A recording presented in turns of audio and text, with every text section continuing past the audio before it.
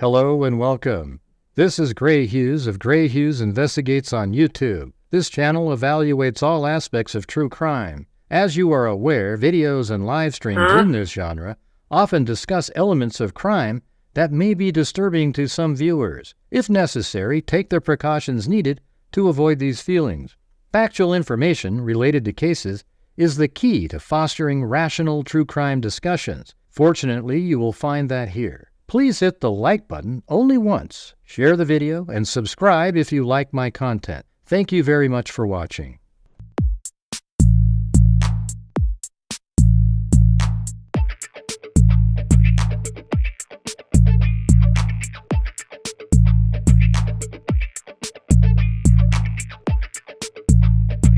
Huh?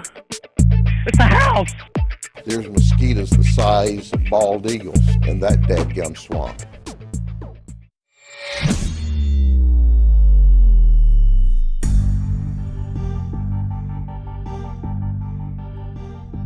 What's going on, everybody?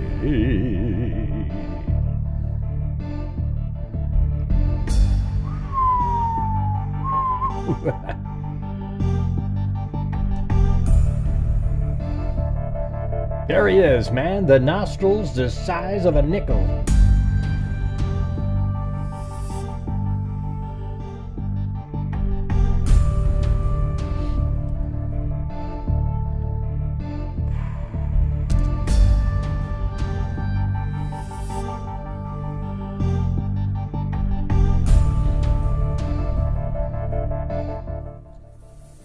All right, how's everybody doing?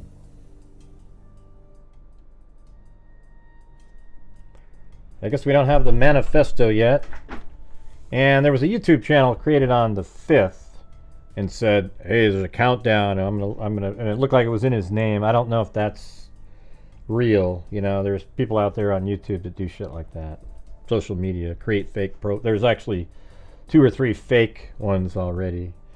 But as you're all aware, Luigi Mangione has been arrested and is the killer, everybody. It's not going to be one of those things where we're just not sure yet. We got to make sure that, no, like he is the killer, right? There is no doubt. One thing that I think is weird, though, is I don't think the gun that they have, that they caught him with, is the same gun that he had in the shooting. I think they need to keep looking in that lake. It doesn't look the same to me.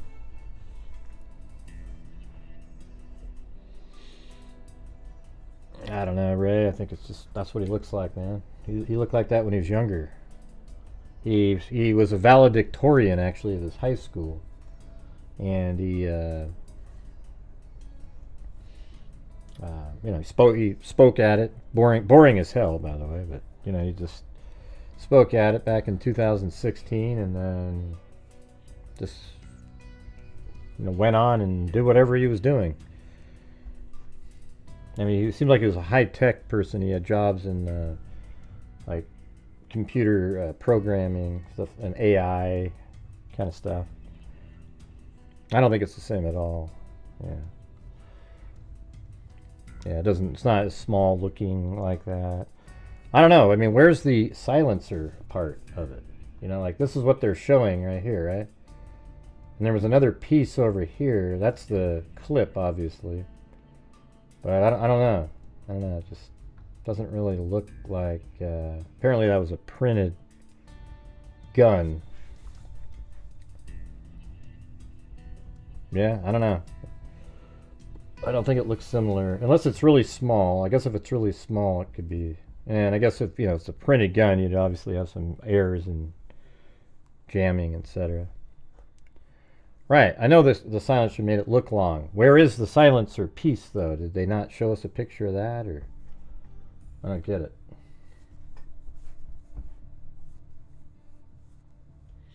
Yeah, but what a pile of shit this guy is, huh? And this guy is just one of the worst type of people on the planet. It just feels like he's, has all just the right to go kill somebody because he wants to. Now, you might... there was an image on his Twitter page where there's a picture of like a spinal x-ray that I saw on there, you know, and maybe he had issues with that or something. But I think this guy, he was like an anarchist. He wasn't really like, that's just probably the one he decided to go do something on first. Maybe that was his insurance company. I don't know. But he had surgery done. I mean, it wasn't like they ignored him or whatever.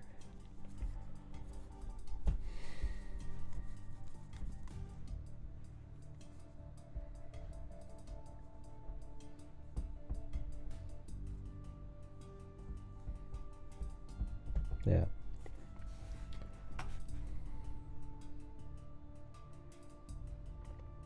A 3D printer, you can make actual 3D objects and print and then put it together. You can actually get the designs from somebody and print them out and build a gun, for example, or a whole bunch of different things. There's actually 3D printed parts for kayak fishing accessories. I mean, it's like it's really kind of common at this point.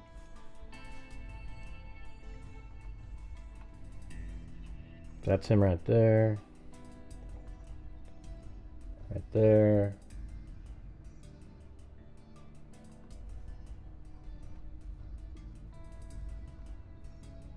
I downloaded some pictures off of a page before he got rid of it. Every one of their family members, and including him, they have all their pages have been like shut off on Facebook.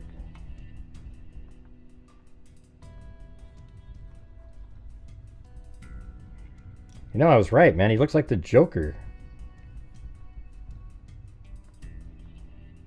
It's weird. Hey, thanks, Jenny, on the summer day. Appreciate it.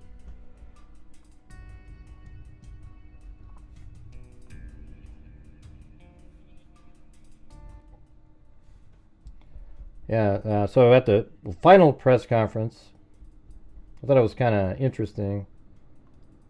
I have that copy if you guys want to watch it, if you didn't see it. There's one at the Altoona.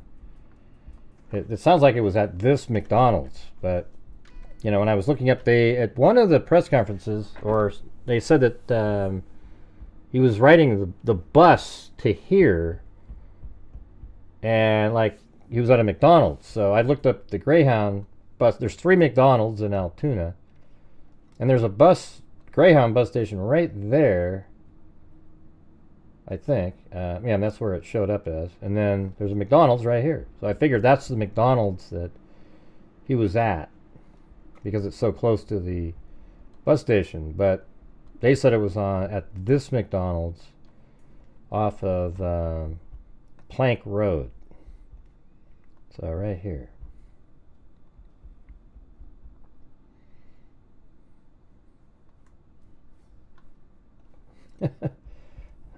Yeah, somewhere in this McDonald's right here. And what turns out is it was actually a person in the McDonald's, just a customer, who thought he looked suspicious and went up to an employee of the McDonald's, and they called 911. The employee did. So it was actually just a regular, like a customer.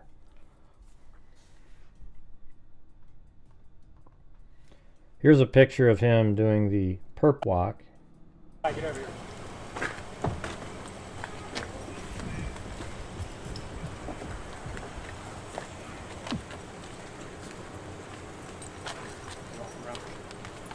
That looks like Reno a little bit.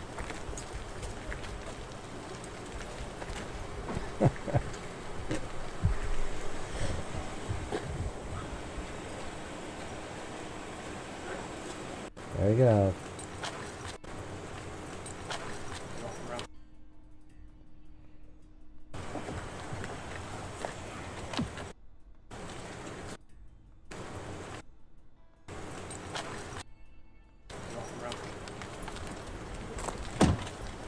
Oh yeah, he's just so handsome, must see. Oh yeah, he's a real looker.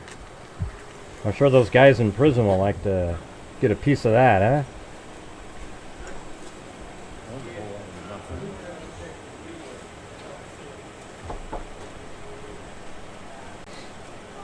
Yeah, he actually wrote something. You're just jealous, Gray. I always get people to say that shit. You're just jealous, Gray. No, he's a killer, you guys. For God's sakes, you guys. We're not sitting here going, God, what a gorgeous killer. You know, he reminds me of, Ted Bundy, for God's sakes. You know, if I could just, I know I could get through to him if I just told him the right things. We could have a wonderful life together, you know. Yeah, no, he's a psycho, you guys. He's a freaking psycho. Hey, thanks, K-Me. Yeah, you can't unsee the cavernous nostrils. You know what? You know what's weird when you're next to him? You go like this. You say, "Hey, Luigi. Hey, Luigi, how you doing?" No. And you're like, "Wait, what's an echo? There's an echo, for God's sakes." And you're always wondering why the echo happened. But the reason is because sound traveled up the nostril and took a while to get back. All right? Let's see.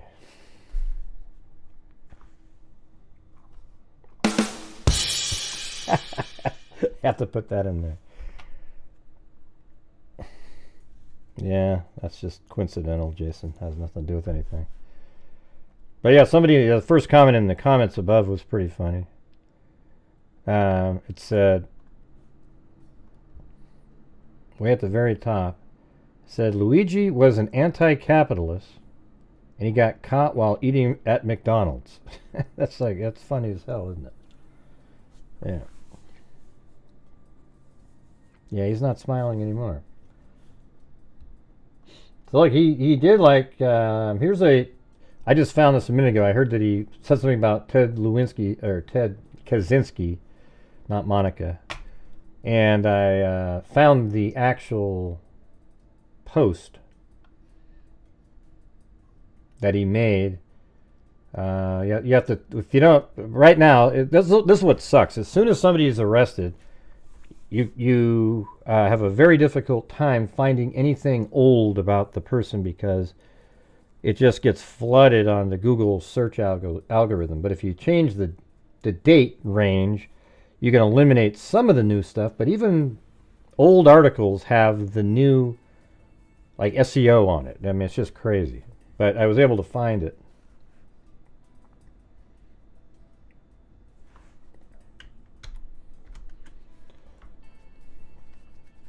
But hey, let's get some new channel members in here tonight, you guys. Got we covered tons and tons of cases here. You know, it was just so weird. I mean, I've been covering the case the whole time. And then, this one, I don't know what it is, but this one channel, they get 10,000 people watching. And you just wonder, what's the difference? I mean, over here, we actually figured it out. And I have more subs than they do. So what's the algorithm thing that I'm missing, I don't know what that is.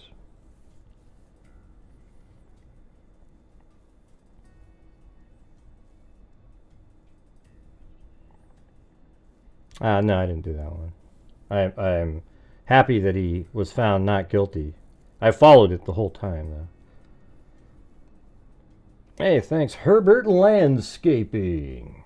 I'm sure someone in prison will find him handsome, too. Yeah. Toxic Tink gifted a membership to the Poisonous Tree. And if you want, you can do this buy me a coffee thing up in the upper left-hand corner if you scan that in somehow. I don't know how you guys do it, but it works. CR gifted a membership to Kristen Piston. All right, what does it say? Clearly written by mathematician prodigy. Reads like, this is Industrial Society and Its Future by Ted Kaczynski. Clearly written by a mathematics prodigy. Reads like a series of like, I don't know, Lamaze on the question of 21st century quality life. It's so small, I can barely see it. It's easy to quickly and thoughtless write this off. It's easy to quickly and thoughtlessly, you probably meant to put in there, write this off. Did he write that part?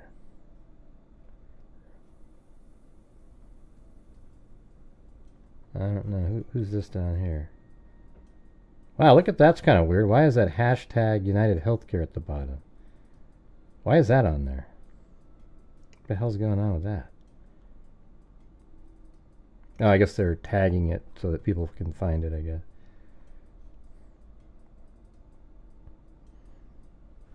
So it's easy to quickly and thoughtlessly write this off as the manifesto of a lunatic in order to avoid facing some of the uncomfortable problems it identifies. But it's simply impossible to ignore how prescient many of the predictions about modern society turned out. It was a violent individual, rightfully imprisoned, who maimed innocent people. While these actions tend to be characterized as those of a crazy Luddite, however, they are more accurately seen as those of an extreme political revolutionary. See, this is where I think he really lies in his mind. He's not like, I mean, even if he had some bad, I mean, we've all had shitty things happen at the hospital. And for example, he has a bad neck, right? But, everybody, or, some kind of vertebrae issue.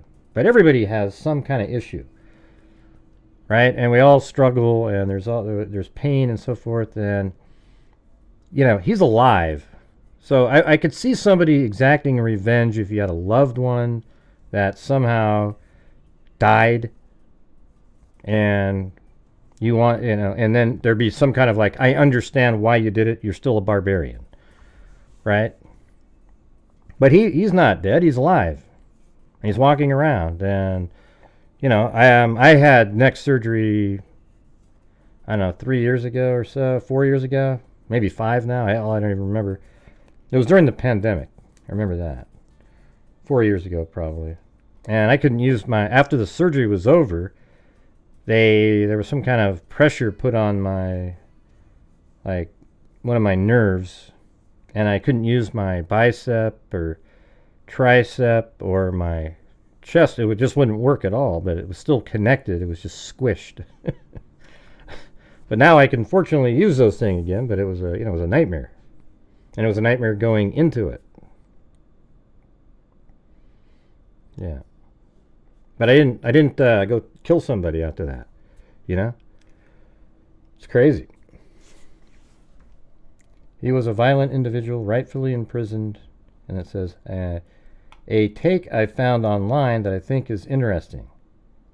Had the balls to recognize that peaceful protests had gotten us absolutely nowhere, and at the end of the day, he's probably right. Oil barons haven't listened to any environmentalists, but they feared him. When all other forms of communication fail, violence is necessary to survive. You may not like his method, but to see things from his perspective, it's not terrorism. It's war and revolution.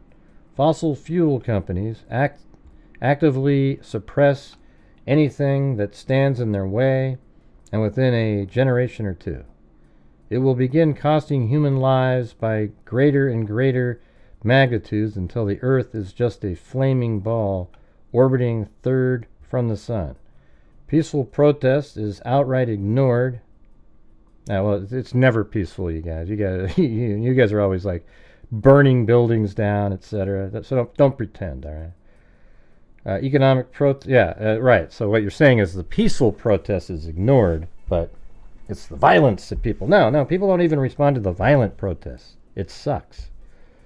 I think violent protesters should be thrown in prison immediately and have no ramifications on societal change whatsoever.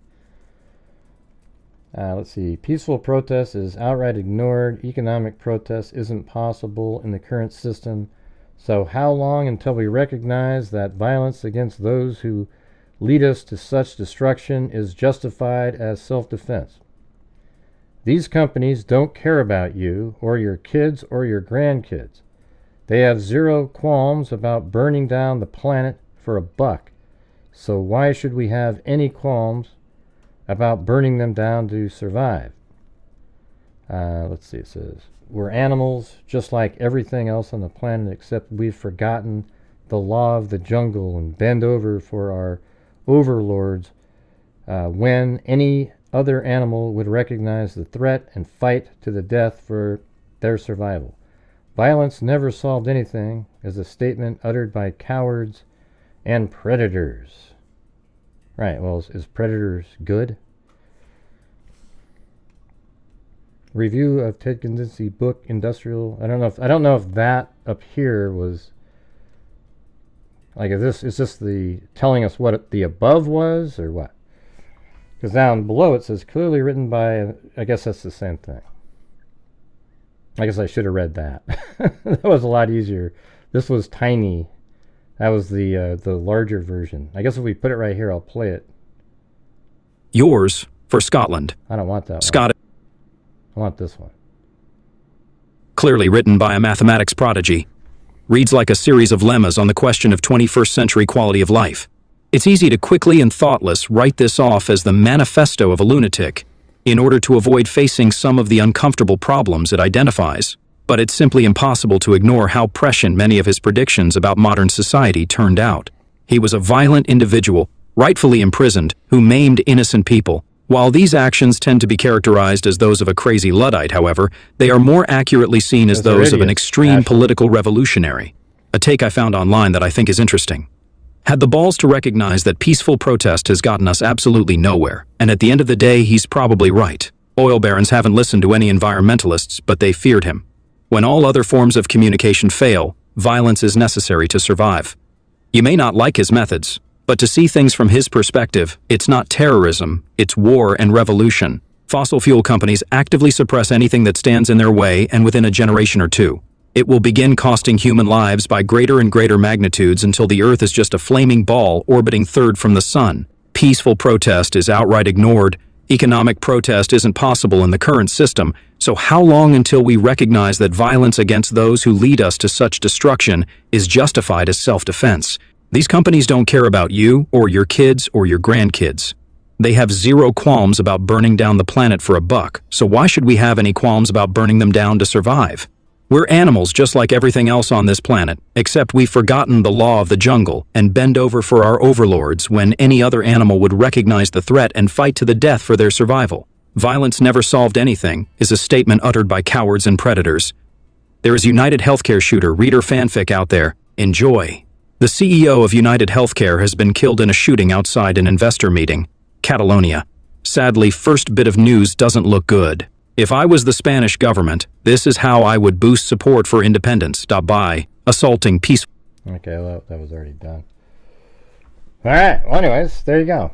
So it sounds like he's just sort of, a revolutionary. He thought he was. And by the way, he was smarter than Pythagoras. He said, and like, what was the thing we were reading earlier, that he could have came up with the same equations had he lived back then. Sure, I mean, anything's possible, but you didn't, so. Yeah, he's got a wealthy family. But hey, guys, if you're out there and you have the ability to help support the Grant Hughes Investigates YouTube channel, I'd appreciate it. It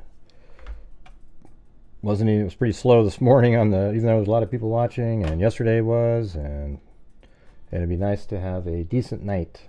All right, so we're trying to reach the goals because we're almost already a third of the way through the month, if you can believe that. Yeah, all of the YouTube channel's been deleted. His Facebook has been deleted. Everything's been deleted. You can't see anything anymore.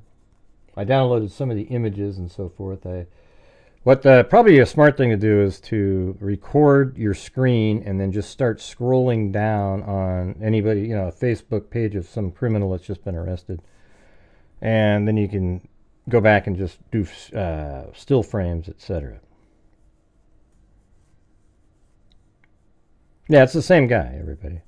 Yeah, we're not doing a conversation in here about it's not the same guy.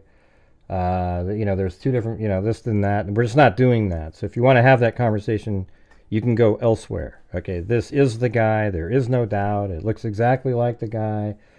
Everything is exactly accurate that we're seeing. Okay. How do you know, Gray? They manipulate and lie all the time. That's why he was shooting somebody. Well, it just is. All right. You can be, conspiracy theory nut job somewhere else.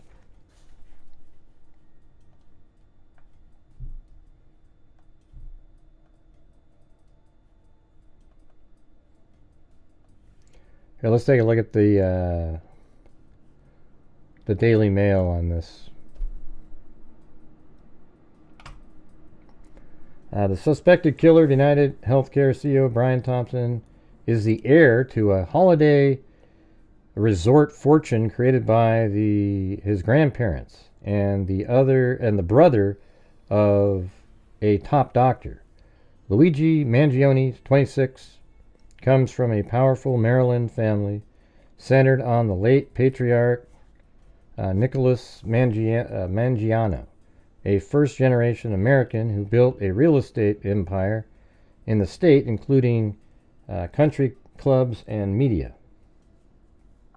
Nicholas, who died in 2008, aged 83, after suffering a stroke, was the owner of a Turf Valley Resort and Hayfields County Club, as well as radio station WCBM AM.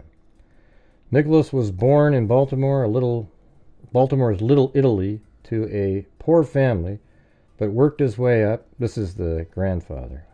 From nothing. He also founded the nursing home, Lorien Health Services. Luigi volunteered at his grandpa's nursing home in 2014, a nursing home that insurance companies paid for.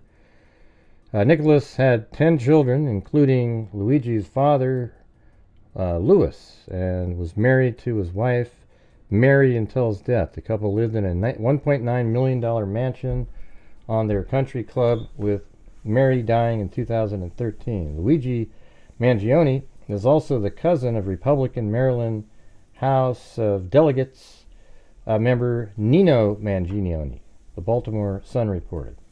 Meanwhile, Luigi's mother, Kathleen Zanino Mangione, this is hard to say all these names. Hey, thanks, Bama Girl 41.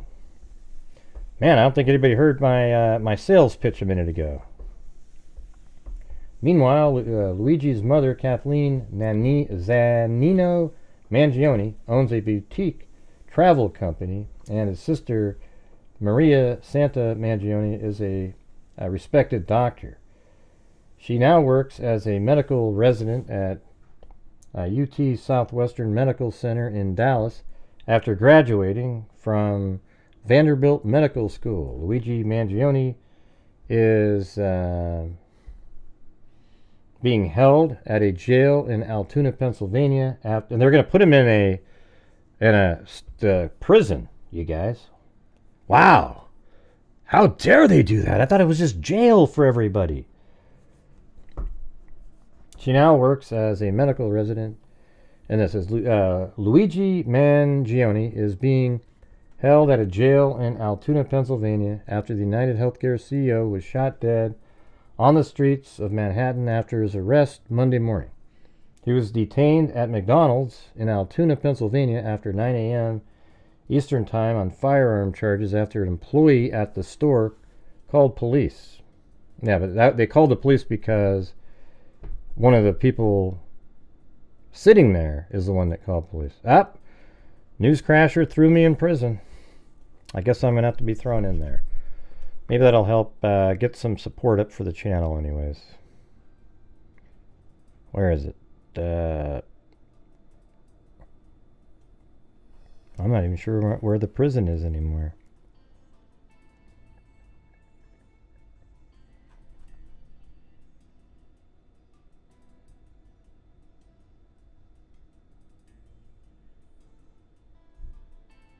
I don't know. I can't even find my prison. Oh, there it is. Ah, there we go. He's stuck in prison. Darn it. I know, I was framed. I got tossed in there by a newscrasher. That's sad. You know, I was minding my own business. I didn't do anything bad to anybody. It's auction time for life. Yeah. Oh, and there's Alley Cake. Got me some ramen. So again, I'm still just languishing here in prison, eating ramen, and then now I get a tin cup to clank on the jail cell.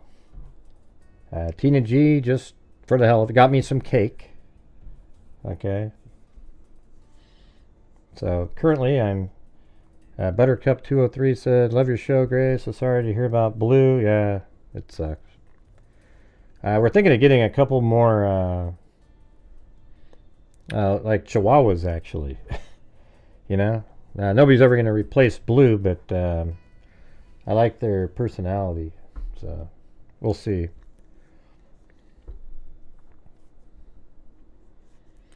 But anyways, yeah, there's no bail. No bail's been thrown in, you guys. We're just absolutely stuck. His Italian grandfather would be rolling in the grave knowing his grandson eats at McDonald's. Probably. Maybe he bought some hot sauce, you know, like Hillary Clinton would do all the time.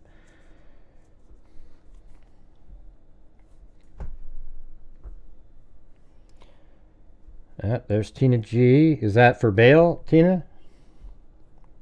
It's my Darcy Marie, and then I got honey buns from it is Amy Darcy Marie, and then Felix Poon like put a butt or a peach in there, whatever you want to call it. Yeah, I got tossed in prison, Lynette. I'm not sure what happened. It's wild, crazy times. Okay, that's bail. All right. I guess we'll get out of here.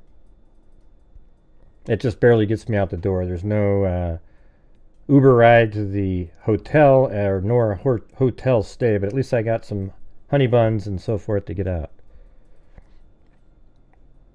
Oh, and there's Herbert Landscaping. For all your landscaping needs up in upstate New York. Oh, there's Alley Cake with a file in it, and there's Tina G with bail. And oh my God, I got the hotel. I'm on my way. Bail money, and then also payphone money. Thanks, you guys. And then Mark Porter. All right. So you guys got me out of there, and now I'm at a Days Inn, or maybe a Motel 6. I'm not quite sure. Yeah, Fitz got me an Uber. Definitely got me an Uber. I think Fitz got me the hotel at the Motel 6, and Tina got me the Uber. All right. Thanks, everybody. Appreciate it. All right.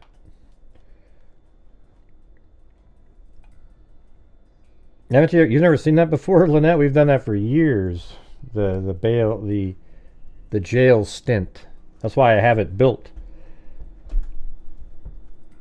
Hey, look at that. It's Dickie D got the very first super chat. Very cool.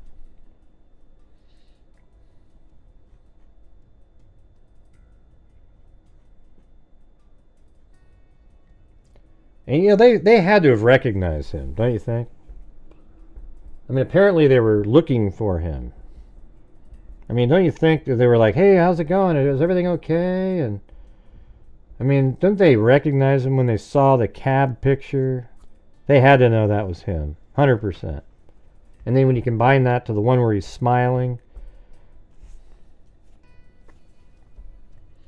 I know I am a natural in jail, Buttercup.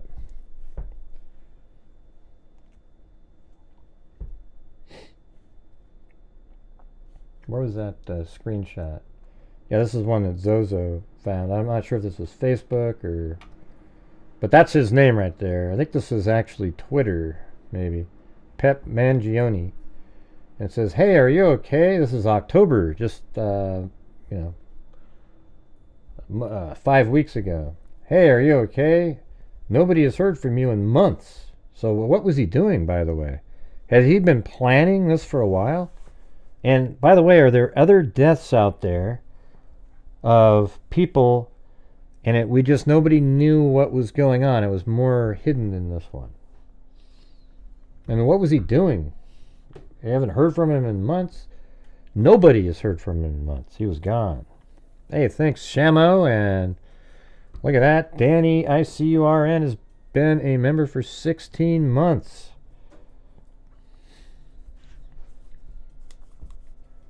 Thinking of you and prayers every day in your name.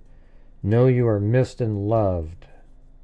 So that was on 11/26, 2 days after he got to New York. He got that message right there. And then there's another one from July, earlier in the year, in the summer. Hey man, I need you to call me. I don't know if you're okay or just in a super isolated place and have no service, but I haven't heard from you in months. You made commitments to me for my wedding, and if you can't honor them, I need to know so I can plan accordingly. Wow, that's pretty shitty. Yeah. Well, where do you think he was during that time? Well, I know that at Pep Mangione, I don't know if that was his Facebook. That might be Facebook. I don't know. I can't remember. I've seen that before, though. I guess I could find that out if I click on this.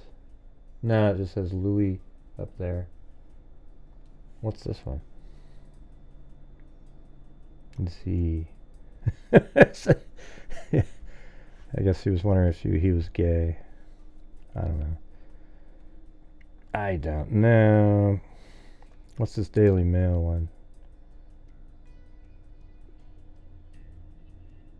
Is this different than the one we just read? No, it's the same one. All right. So let's play the, I'll play some of this, okay? So this is him doing his valedictorian speech. All right. Can you guys see that?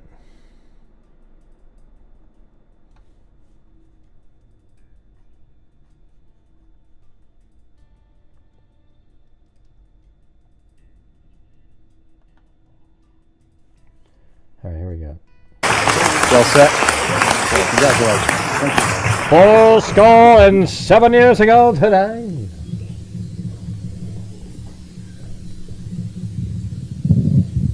Headmaster Smythe, Mr. Hubeck, members of the Board of Trustees, family, friends, faculty, and fellow students, good afternoon. The class of 2016 is challenging the world around it.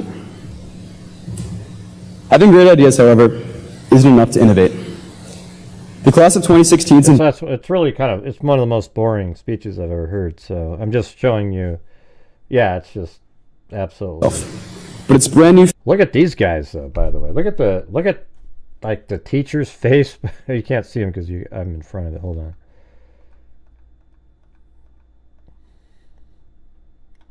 Yeah, look at that guy's face right there. Look at that. And this guy over here. We could do like a little thing like, where's that pizza was ordered? Field sit next to classic buildings like Cairo. That pizza with the pepperoni on it. Further, these new constructions, for example, Sotier Stadium, bear with them Gilman's rich history in their names. Parents and teachers had such huge roles as well. The parents here today, what is that? First off, sending us to Gilman was far from a small financial investment. I'd like to personally thank each of you for sending your sons here, as I can't imagine the class of 2016 without any one of these men on stage. Further, thank you for all the time and love you put into our lives. You've instilled values in us, fed and clothed us, and simply been there for us every step of the way. I'd also like to thank every Gilman teacher and faculty member here today throughout all 3 divisions of the school. While the events and accomplishments I've mentioned in the speech were meant to highlight the imagination and courage of the class of 2016, these occurrences also is a farewell. But now we're moving on. This guy here, man, he is Just like we've done these past few years, values and memories from Gilman with any other group of guys. Thank you.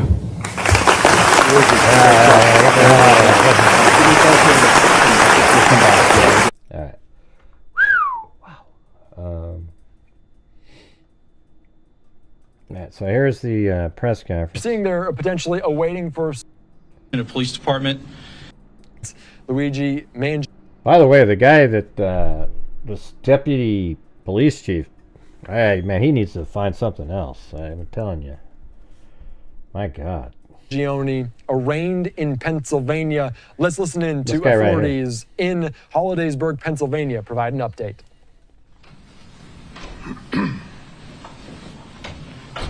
Good afternoon, everybody. My name is Deputy Chief Derek Swope of the Altoona Police Department. Today we're going to go through an incident that occurred in the city of Altoona. This morning at approximately 9:14 a.m., Altoona police officers received a call of a suspicious male at a local restaurant. It was reported that the male matched the description of the UnitedHealthcare murder in New York City. When officers arrived, they made contact with the male who had a face mask on. That male was asked to remove his face mask, and officers immediately recognized him as a suspect in the New York City shooting in recent days. That male was asked for a form of identification. You know, maybe it would be kind of tough to do a speech like this when you've got the governor of Pennsylvania just breathing down your neck. You know, what's Shapiro right there on the side. You know, but man, this guy, wow. He then provided a fake identification card out of New Jersey. After a brief investigation, it was determined that the ID provided was in fact a fake ID, and he was subsequently arrested for a forgery charge. Once he was taken into custody for that forgery charge, he was transported to the Altoona Police Department. Once at the Altoona Police Department, that male was searched instant to arrest. It was discovered that he had a United States passport that identified him as Luigi Mangione. From there, continued search of his property. A firearm was located, and a suppressor was also located. There were also other items of evidentiary value that were located that would assist in this investigation. At this time, I'm going to turn it over to Governor Shapiro for some words. Well, here's the thing. You know, the gun that they did find, I never thought that the gun, like, to me, it didn't seem like the gun that he was using was that pet gun. It seemed different to me.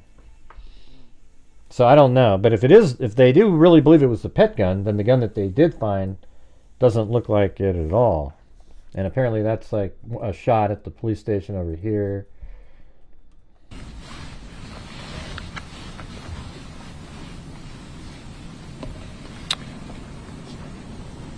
Thank you, Deputy Chief Swope. And let me acknowledge and thank the law enforcement who I'm joined with today, beginning with Lieutenant Colonel Bivens did this morning, and help law enforcement here. I'm just skipping it past all the congratulations.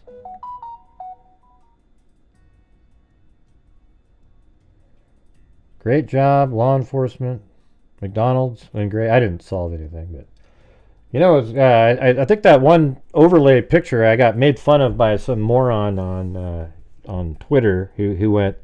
He made a big giggle. You know when I put that overlay picture with the eyes on top of the smile face? That looks just like him. Now, you know, now when you look at it, it's like, oh my God, it looks just like it. But he was goofing around about it. And he's just one of those trolls. There's this whole community of trolls that spend all of their days, when they wake up in the morning, they get a cup of coffee and they try to figure out how to attack Grant Hughes Investigates YouTube channel. I mean, it's the craziest thing in the world. But he just fell right on his face because he put that a couple days ago, and I go, yeah, well, what do you think about it now? And then he did this stupid little overlay of Richard Allen on top of the picture, and it's just cuckoo. In Pennsylvania, as we continue with our investigation, you'll see photos of the suspect who is here. And you should know that this suspect traveled between Philadelphia and Pittsburgh. That looks pretty close, stops you guys. in between. If his family saw that, here they knew it was in him. Altoona.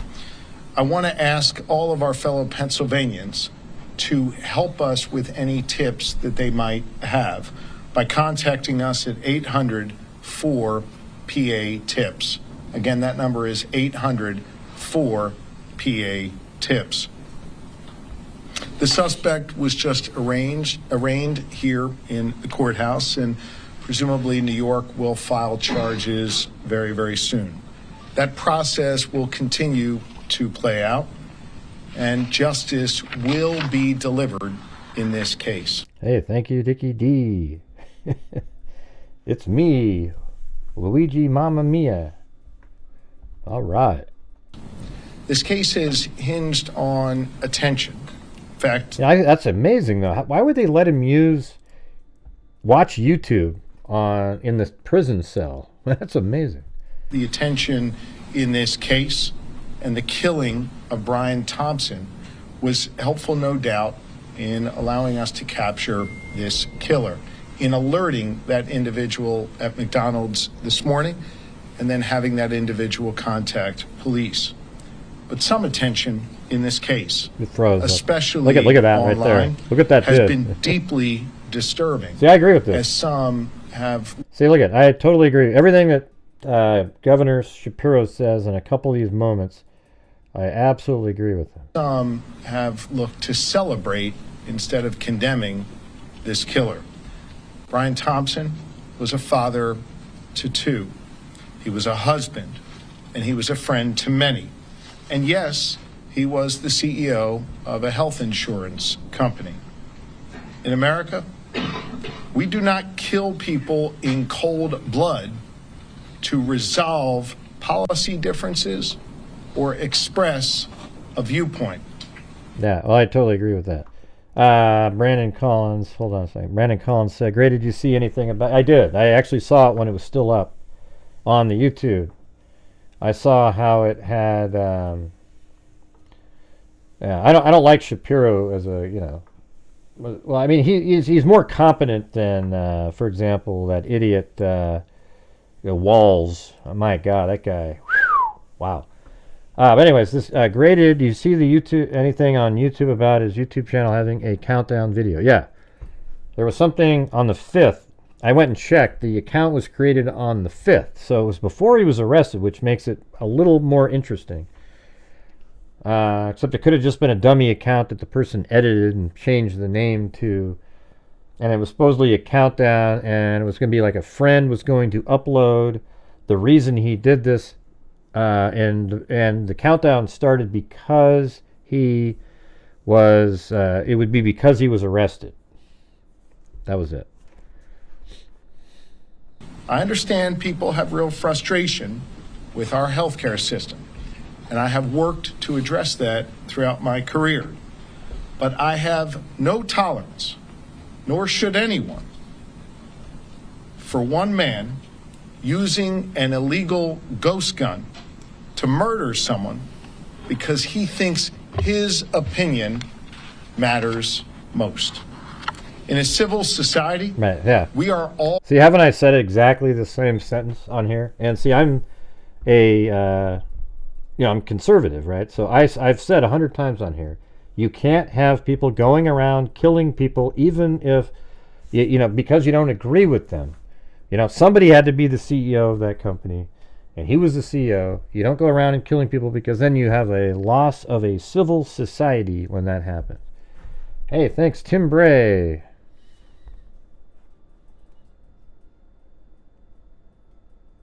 Which one are you talking about? I saw one that was created on December 4th that had this countdown on it. That's what I saw. So I don't know what you're looking at. All less safe when ideologues engage in vigilante justice. Yeah, there's screenshots out there that people have. I don't know. I was just on there when it was live looking at them. There was like 4 or 5 accounts that had his picture on it, but then one wasn't just created. Most of them are created on the 9th, today. You know, these idiots out there, ooh, come watch my, you know, and they just quickly make a YouTube channel. I mean, it's just really weird, almost. Yeah, I don't know. That's not the one I saw. I saw one created on the 5th, or maybe it was when the video was uploaded on the 5th. I don't know. Or like it was uploaded but will become public after he's arrested or something. In some dark corners, this killer is being hailed as a hero. Hear me on this. He is no hero. Right. There you go. The real hero in this story is the person who called 911 at McDonald's this morning. The real heroes every day in our society are the women and men who put on uniforms like these and go out in our communities. He's already auditioning for 2028. To keep us safe. This killer was not a hero. He should not be hailed. Mr. Thompson, I understand, was laid to rest earlier today in Minnesota in a private setting. As the conversation continues about this case, with more than 15,000 five-star... Yeah, that just popped on the screen. System that is disliked by many. He was a father, he was a husband, and he did not deserve to die like this on a sidewalk in New York City. I again want to thank all law enforcement who's present here this evening. Law enforcement works best when it works together.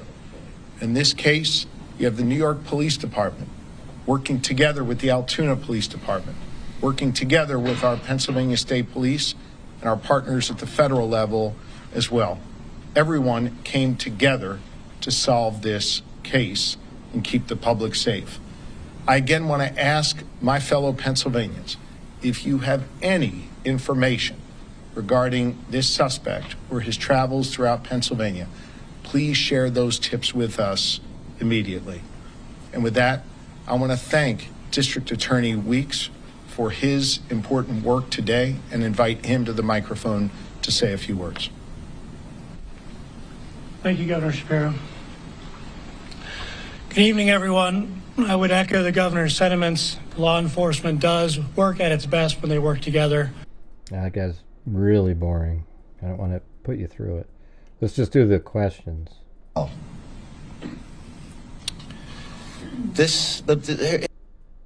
These commissioners, Tish is... A lot after that question, the officer... I think with that, we'll be happy to try and take a few questions. Governor, question, I guess maybe for the local version about the arrest specifically today. I don't know who We'll defer to Altoona Police. I guess I'm curious if we could hear a little bit more about the dynamics. If you could set the podium there. Sure. We could hear a little bit more about the dynamics inside that McDonald. I know there was some detail in the affidavit about what happened when the individual was asked if he's been to New York. Could you speak a little bit to his demeanor and how that played out? Sure. So it was a peaceful arrest, first and foremost. The officer quickly recognized the male as the suspect from the shooting. And within several seconds of the first contact, he had asked the suspect if he had been in New York City recently. And that really invoked a physical reaction from the suspect. He became visibly nervous, kind of shaking at that question. And he didn't really answer it directly. So that statement alone really said a lot. And the suspect didn't have to say a lot after that question to show that. Well, that's pretty interesting. He got, he's like, wow, they're on to me. And then he kind of freaked out. You know, he was very nervous at that point. Was that the officer that the governor mentioned who was new on the job, who was involved in that? Yes, so Officer Fry's here to my left. Officer Fry, you step this way a little bit. And then his partner that he was with, Officer Joe Detweiler. Officer, could you maybe identify yourself and maybe describe that whole interaction and what played out? Spell your name. Yeah, Patrolman Fry, Tylerfrye. So whenever we got on scene there, we were able to pretty much find where he was at in the restaurant. And as soon as he was wearing a blue medical mask. As soon as we pulled that down, or we asked him to pull it down, me and my partner and I recognized him immediately, just from what we saw in the media with photos, videos. We just didn't even think twice about it. We knew that was our guy, but he was very cooperative with us. Didn't really give us too many issues. Once we found out his identity, we took it from there. How did it feel after 6 months on the job as a law enforcement officer to be part of I can't say I was expecting it by any means, but it feels good to get a guy like that off the street, especially starting my career this way. It feels great. Sir, upon his arrest, has he made any statements since his arrest? Has he asked for a lawyer yet? To my knowledge, he hasn't made any statements. How long was he staying in Altoona, and where was he staying? And then was the gun Only on 6 himself, months. or was it in like a car somewhere? We are still investigating how long he's been in Altoona. There's still a lot of follow-up to do in this case. Again, the men and women behind me are assisting with that. So we're still looking into it. I'm going to ask Lieutenant Colonel Bivens of the Pennsylvania State Police to address the question you just raised. Thank you. Yes, sir. So there are a lot of things that need to be followed up yet in this investigation. Certainly, there were a number of items that were found on his person, in his backpack, that have been inventoried, and we've begun to do an analysis of some of those. We can glean from that regarding his activities up until and during the time of the homicide, his flight from New York, and we know that he has been in Pennsylvania, excuse me, for several days. And so part of that investigation will also focus on trying to retrace his steps. We've already identified businesses, for example, that he frequented in this area and activities that he engaged in. That led us to more evidence. And so all of that is becoming kind of a mountain of evidence that has to be analyzed and looked at. I'm confident we'll have a much better idea of his activities over the past number of days in New York and in Pennsylvania. Additionally, we're also trying to determine that we don't have another actor or an accomplice out there. And so this information will all be used to help us prove or disprove whether that exists and whether there were any other intended targets. So a lot of questions that are out there that are unanswered yet, but we have a lot of information that we can examine that hopefully will give us some of those pieces of data that we need. You asked, or someone asked about the interview. He was initially cooperative. He is not now. And so he has been arraigned and transported and will be securely housed pending the filing of additional charges in New York. Governor Shapiro, you mentioned that he was in Pittsburgh at some point. Is that correct? What Yes. do you know about that time in Pittsburgh? We're not going to get into any more details at this time. We would like to hear from any Pennsylvanian or any Pittsburgher who had any sightings or any dealings with the individual. That's why I specifically asked for anyone with tips to share that. So that means he was in Pittsburgh. With us. Can you talk about the extradition to New York? How does that process work? I know that you have your case here, but what happens with the New York market? And how long does it take? Okay, I got the answer. He said that it takes, if he denies extradition, then it'll take 45 days to do the paperwork. Does it really take 45 days to do the paperwork? I mean, speed up the paperwork. It's paperwork, for God's sakes. Thank you. There, if he contests it, that process typically takes between 30 and 45 days to evidence. I'm going to rely on the officers doing the investigation to complete that and reach their conclusions. Homicide. Any insight into a sorry, sir, can I just ask? In terms of the officer's investigation of this case, can you say any more about a suspected possible motive? So at this point, we're not going to comment on that. I mentioned that there is a lot of information to go through. Certainly everything has been or will be shared with NYPD, but there is other information that really doesn't even pertain to. In the next couple of days, there'll be immediate availability at One Police Plaza, and Commissioner Tisch will update. Commissioner Tisch and the Chief of Detectives, Joe Kinney, will update This guy's from New York right here. media at One Police Plaza. But I will be happy to talk about that. The Commissioner Tisch and the New York City Mayor did FaceTime Officer Fry, and then thanked them for their service. So that was he got a pretty cool phone call from the mayor. That and so we know that at some point it is likely he was in a variety of that. And well, again, I'll jump in as it's all part of the ongoing investigation. And so yes, we do have a good idea how he got from Philadelphia to Pittsburgh. But there are some gaps in time, too. And so before we start laying out a timeline of his travel, we really need to work through all of that. And so we know that at some point You want to hear something I think is true? I think if he had taken his mask off and walked around like that, he wouldn't have been recognized. Or just put a baseball cap on. Nobody would have known who the hell this guy was.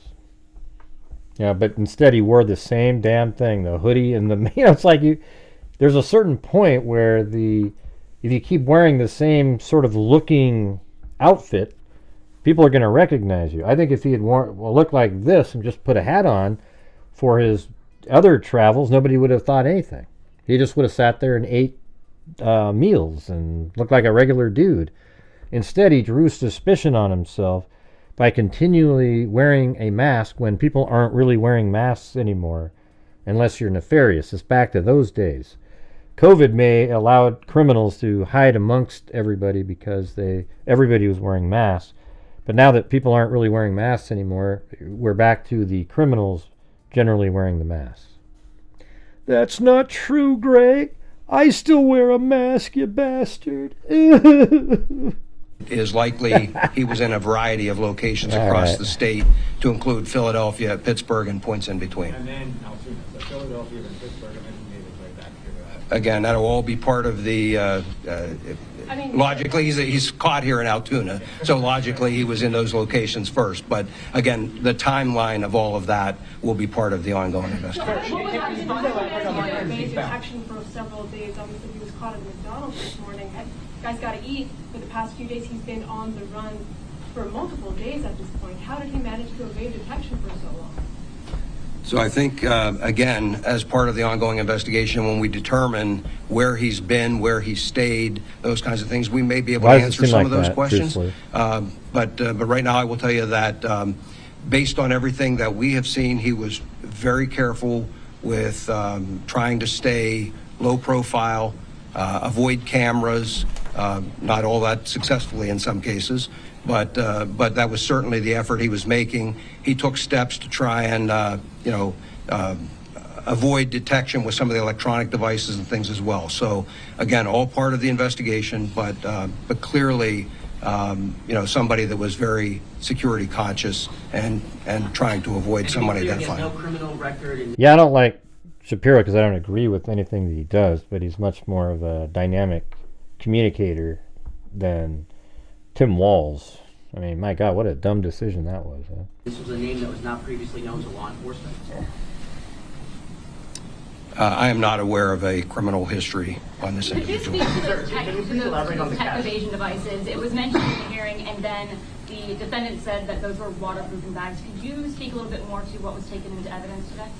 No, not at this point. Again, I've spoken generally about what's there, but at this point, everything remains under investigation, and we'll have much more information, and New York will certainly have information for you in the future. How confident are you this is the suspect? Is there still a search for any other suspects other than the accomplice or potential accomplice? We're still going to canvass. We're still going to investigate. Like I said before, we're going to provide an update in a couple of days by the police commissioner and the chief of detectives back at New York. I will say this, though, if anybody out there that has any information that they think that will help this case, to please contact our tip line, which is 1-800-577-TIPS. To check it out further. Can you Can you confirm which restaurant it was? Was it the one on Plank Road? I'm not familiar with the address of that. It's a McDonald's, but yes, they tell me it is. Okay, so that was the one that I showed you. Hey, thanks, Lynette. Edie's gifted 5 memberships. All right. We're currently less than 50% of our nightly goal on here, so if you guys want to help support the channel, that'd be great. If you don't, that's cool too. But if you could just hit the like button, for God's sakes, that would be awesome. Thank you. Suspect disputed the currency. Can you explain why there might be discrepancy or how much he was found to have? Again, we're not going to talk about what was found in the bag. We have accurately cataloged everything that was in there, and that'll be a matter for the future. DA Weeks, could you repeat what you said in court about that money? I certainly stand by all the comments I made at the preliminary arraignment, but I'm not going to comment. Did what? Did H announce? I don't know what that means, Buttercup. I have no idea what you're saying. Anyways, welcome to Sunnyside, Kate. Super surprise. I'm black, or I'm bad. I don't know what you're saying. You probably meant to say I'm back. And then let's see, CJ and Candy Cane. Thank you. Comment any more on the evidence at this time. My comments at preliminary arraignment were in support of my argument for bail. Thank you. We probably have time for one or two more questions. Is he being held in a county or state facility? He will likely be taken to a state correctional institution later this evening. Can I just say specifically for Pennsylvania law enforcement, over the past few months, you've had attempted assassination of a former president. Now, yeah, this is where, like, this is kind of a dumb question, like asking, hey, now you've had the president assassination, now you have this guy here. Well, this guy's just there now. He didn't shoot anybody there, so it's not really, it's not even close to a good comparison. I mean, it's sort of, one thing I think is interesting is you've got a guy like Thomas Crooks and this guy, you know, that are both, one was taken out in Pennsylvania and the other one was arrested in Pennsylvania, but two sort of ideological wackos, you know. What do you think about that? Not much, really. Violence can never be used to address political differences or to address a substantive difference or to try and prove some ideological point. That is not what we do in a civilized society. That was true in Butler. I said the exact same thing yesterday. It was true in New York and the City. Day before, and the day before. And it's true anywhere. That is not how you make progress in this country. The person, the suspect here, who shot at that CEO and killed that CEO is a coward, not a hero. And we need to make sure that in this country we get back to having a civil discourse about our differences. And that is an important lesson coming out of Pennsylvania, and it is one that I think the rest of the nation needs to hear as well. On a law enforcement side, I will tell you that I am incredibly proud of the Pennsylvania State Police and local police in Butler and here in Altoona, who responded in a way that kept others safe and saved other lives. Who cares? That was true at the fairgrounds in Butler, and it was true here today in Altoona.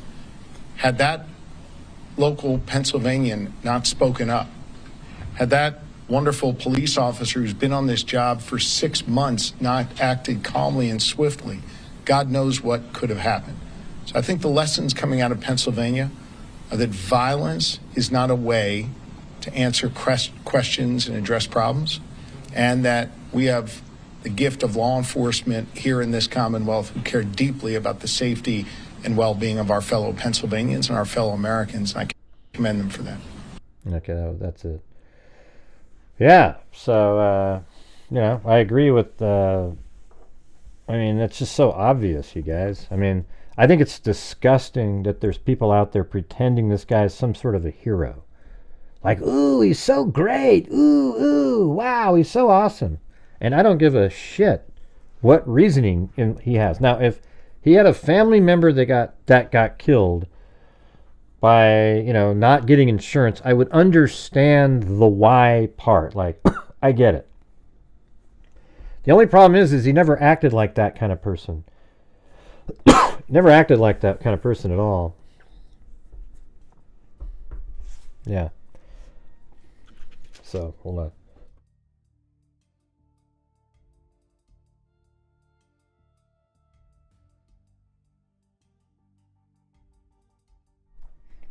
If he was really that angry about somebody killing a family member, he would have walked up angrily, said something to the guy, and shot him. He didn't do that. Now, apparently, he's had spinal issues. We see the image that he had on Twitter. It's not there anymore, but I feel like I got allergies all of a sudden. Hey, thanks, Heidi MJ. And it could be that he had insurance at one point, and he still has some back pain. But who the hell kills somebody because they still have some back pain? I mean, what a... I think it's just... If he did have that insurance company, he decided to use them first. And I think this guy was going to continue on. He looks like a guy that... He had this... He was going to... Ted Kaczynski is what he wanted to be like. He's probably going to kill this guy and then some other heads of who he considered to be greedy corporate entities. That's what it feels like to me. He didn't have any remorse or anything when he was shooting Brian Thompson. He just literally walked up, as calm as you can be, shot him, went away, had it all planned out. He put the messages on the bullets. It was more like about corporate greed stuff. And and it sounds like he intentionally made it hard to get into his digital information.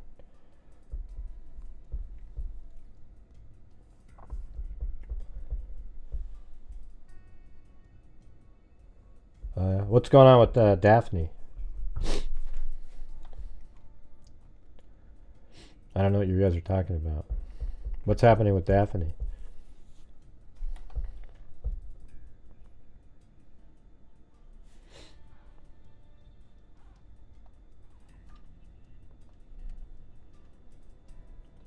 Huh? Oh, that one. Yeah, so that's like in his lower back. That's even easier to deal with than neck stuff. You can't even, your brain doesn't even work. Yeah, so apparently this is the image he had on his Twitter page. This one. So that looks like his lower back right there. And these are obviously, I don't even know if that's for like an injury. It almost looks like maybe it's scoliosis or something. It's kind of an interesting that's like pretty severe stuff going on there. Is that Jim Neving? What the hell? That's not really Jim Neving. Yeah, God. Here you go, Gray. It isn't much, but I hope it helps the channel somehow. Yeah, it always helps out. I know I don't appear in the chat often, but I do lurk a lot during many of your shows. Oh, come on, Jim. I think the last time I saw you was like 5 or 6 years ago. You said, come on and sing sometimes. Those are the good old days, The good old days. And that's $10 more than a lot of people sent in there, Jim, so that's a lot. $1's a lot. I have to get trigger point injections in my neck. So here's what happened to me. I don't know what it is, but like I had this one C6, C7 vertebrae were pinching on the nerve root that came out to my arm. So I was going to do the thing where they take the disc out and then just kind of fuse two together. That would have been the smarter move, but I did the one, I think it's called a foraminectomy or something like that, where they drill a hole in from behind and then they make more room inside the hole where the foramen, where your nerve root goes out. So it's not, I remember this guy, I was going to get a shot at one point to make it feel better, and I canceled that because I was going to get the surgery, and he goes, oh, you are? Ooh, I don't know about that one. So anyways, apparently the guy that strapped me down on the table, this is the shit they don't really tell you about. So when you're under anesthesia, these anesthesiologists, they absolutely wrench you down so tight that you can't even move or budge, especially when it's a spinal surgery or something. And so he crushed my, what do you call that? The brachial plexus, just absolutely, for 5 hours, you know, almost like just squished it down. And then when it was all said and done, I couldn't use my tricep at all. And then they actually rushed me back in to see if there was some issue, and it turns out that's just what it was, you know, it was squished during the surgery. And then I did that thing called the electro something or other, where they shock your arms and shit to see if your nerves all still connect, and they still all connected. He compared it to being like spaghetti. Now, you know when you cook spaghetti, and imagine squishing a section of it, but it's still connected. It's just squished. All right. So now my tricep works and everything, but there's still just some weird cramps sometimes that are just weird that normally you'd never get those. And so I still get those, but you know, there's been times, yeah, the EMG was the one. All right. So there's been times where there was 2 times where I had this neck thing where it was for 3 to 4 months where I had to hold my head up with my hand. And you can actually then understand why some people do something to themselves. You know, it's like you just it was so like you never really saw the light at the end of the tunnel. But then it'd be like one day there was a little bit of a light, you know, and then we got better. But then it came back again, and then that's when I decided to do the surgery. So I haven't had anything quite like that ever since the surgery. But now my tricep and thing don't stuff like that don't work as good as it could. So anyways, there's my sob story. But you know what I never thought of was going and shooting the CEO of the insurance company during that entire time. So I think that's just all bullshit. Okay, I don't care if he's in some pain or something like that, etc. It's just garbage to me.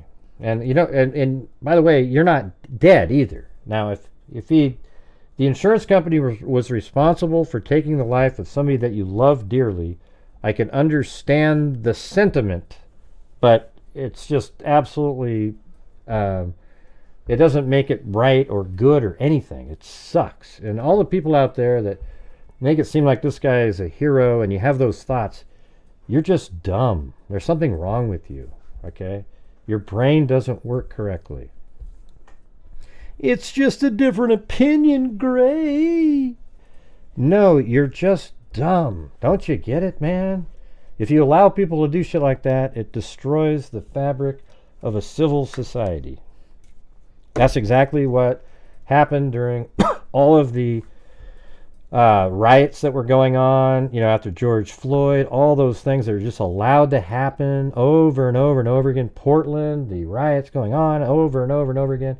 And it destroyed the fabric of a civil society. And then it made people feel sort of like they could do anything. Now you see people running into stores, stealing shit all the time. And then the people at the store allow them to take the stuff and they run. Man, I just hope all of that's wiped out in the next 4 years. I cannot stand it. Okay? And none of you should be putting up with it or thinking it's okay because you're not near it. Okay? You should all be very angry when you see this shit happening. Great. Yeah.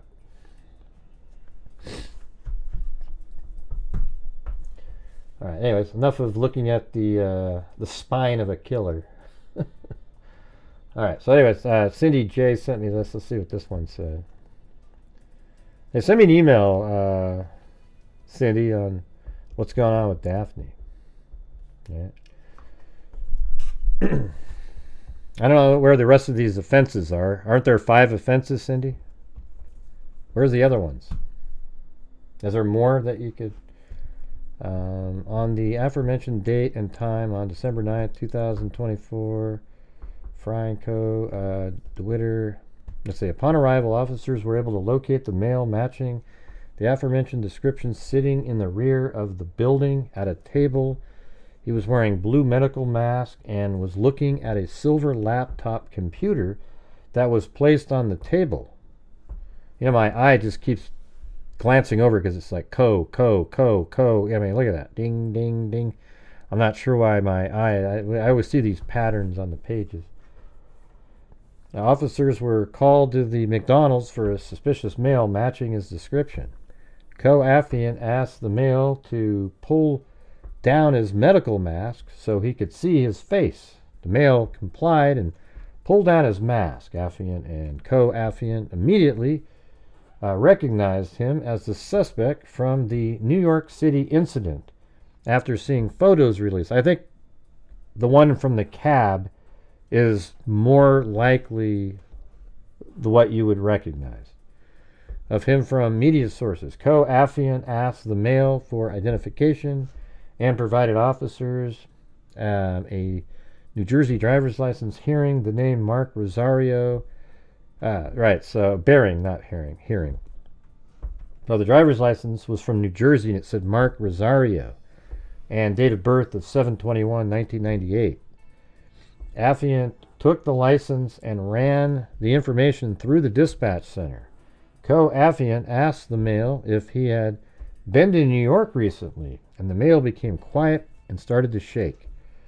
Additional units from the Altoona Police Department arrived on scene to assist affiant and co-affiant in identifying the male.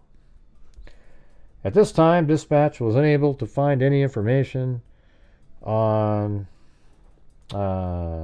NCIC with the information provided by officers. LT Hanley arrived on scene and also ran the information the male provided to officers, but still found that no record was able to be found. The male was advised that he was under an official police investigation, and if he lied out of his identity, he could be arrested. The male then stated that his name was Luigi Mangione with the date of birth May 6, 1998. The driver's license, I wonder what 721, he seems like somebody that would have picked 721 for a reason. The driver's license that the defendant provided to officers was found to be a fake identification. See, 721, I bet you it's something that he knows. It's like a sister's birthday where he would remember it easily. You wouldn't just pick one out of your ass because then you'd have to try to remember it, where this one, everybody knows their family members' birthdays, so he probably picked that.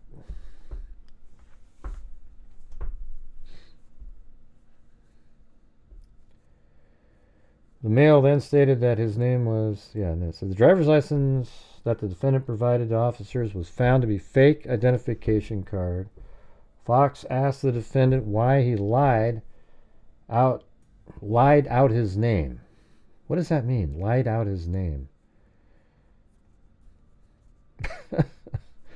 What the hell does that mean? That's the second time. I thought it was an error the first time. Official police investigation, and if he lied out his identity. Lied out his... What do you mean?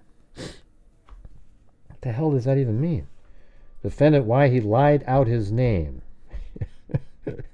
I know, but it says lied out. This is something he typed in twice.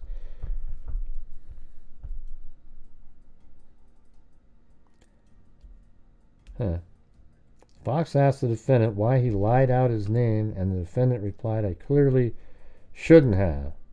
Lieutenant Hanley then introduced officer to place the defendant into custody for 4101 forgery.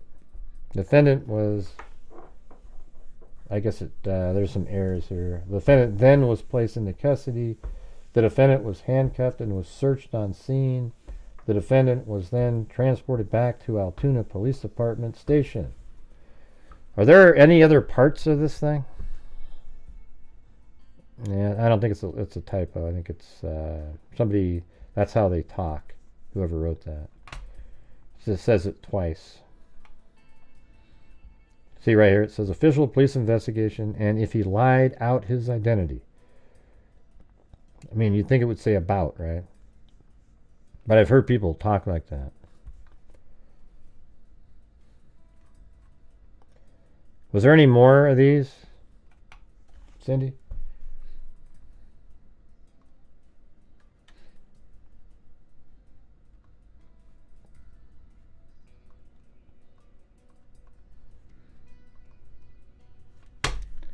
Oh man, we're in that freezing thing again. There's something wrong with Chrome lately. Hold on a second.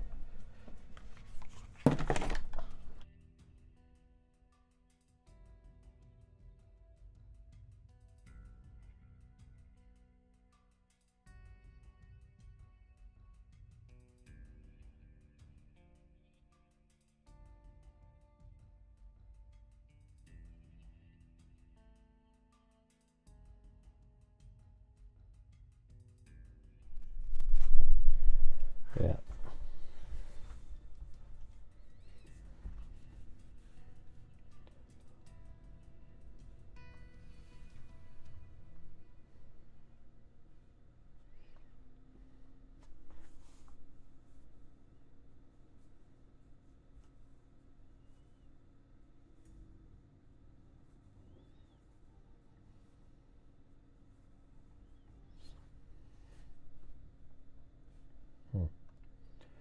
All right. I got that, Cindy, that other thing.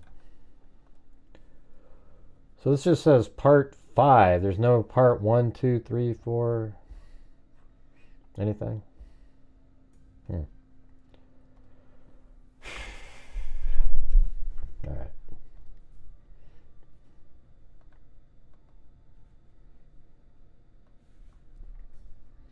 A man, a bike, and a gun. The evidence still missing.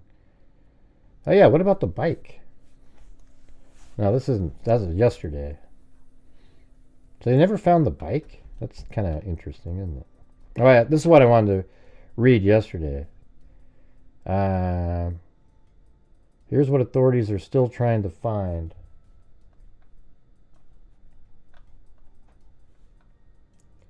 The confirmed identity of the suspect, well, they just did that. The weapon used in the shooting, I think they found that. The bicycle the suspect used to get away. I mean, that's pretty amazing that they haven't found that. Unless it was just one of the rental ones and somebody else got on it, but I don't know. And here are some of the key pieces of evidence they've gathered. Image of the suspect unmasked face. Video evidence of the path he took to escape. The backpack possibly worn by the suspect with a jacket. See, I wanted to let you guys know. See that with a jacket inside. So the jacket inside is the brown one that he was wearing when he did the shooting. The dark blue one that he was wearing is the one he put on after the shooting. And he did that in the park. See, what he did was he took off the brown jacket, and then he took the blue jacket out of the backpack, and then put the brown jacket in the backpack, and then left the backpack there. DNA from a discarded Starbucks water bottle. See, his DNA is going to match the water bottle. And he had the same fake ID that was used at the hostel. You guys don't find that just absolutely... I mean, circumstantially, if I was on a jury and I heard all that, he'd be guilty right now. Like when they come up with the probable cause document, he's going to be as guilty as hell. There'd be almost no point in having a trial.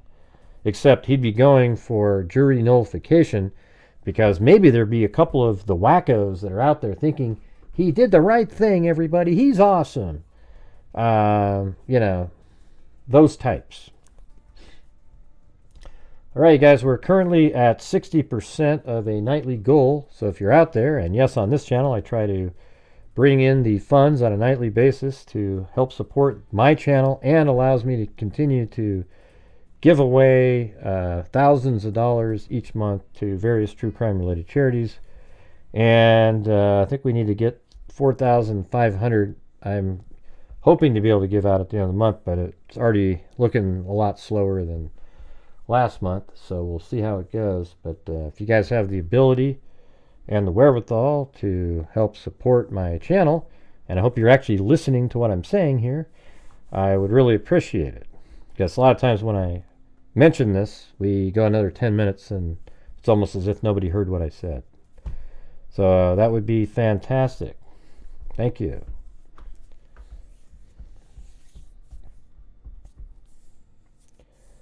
So they also have the backpack, and it had the jacket inside. DNA from a discarded Starbucks water bottle, a partial fingerprint from the water bottle, a discarded burner cell phone. I mean, so it was a burner cell phone. Hey, thanks, Katya T. The QR code up there is for Buy Me a Coffee. We haven't had any tonight, but we had a few yesterday and the day before, so it's a little bit more convenient for some people. And thanks, Peggy, on PayPal there.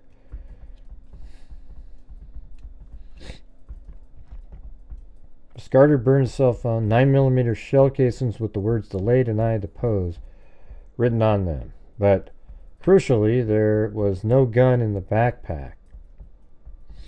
Right. So this is what they were coming up with yesterday. Well, they have answers now, so. And there it goes, see?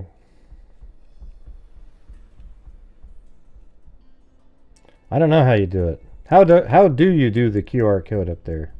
If it's just on the screen, you click on it or something, or what? I actually don't know. I mean, I know you can take a picture of a QR code.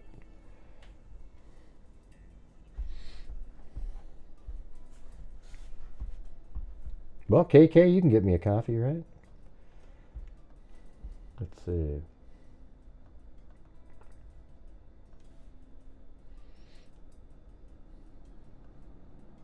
RJ, I mean, you and I are speaking here in a conversation that that's good audio. Hours ago you never in your life would have thought you would be having.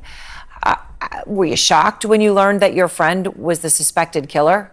That's a friend, huh? Beyond shocked. It's unimaginable. You know, I was roommates with him, friends, hiked, went to yoga.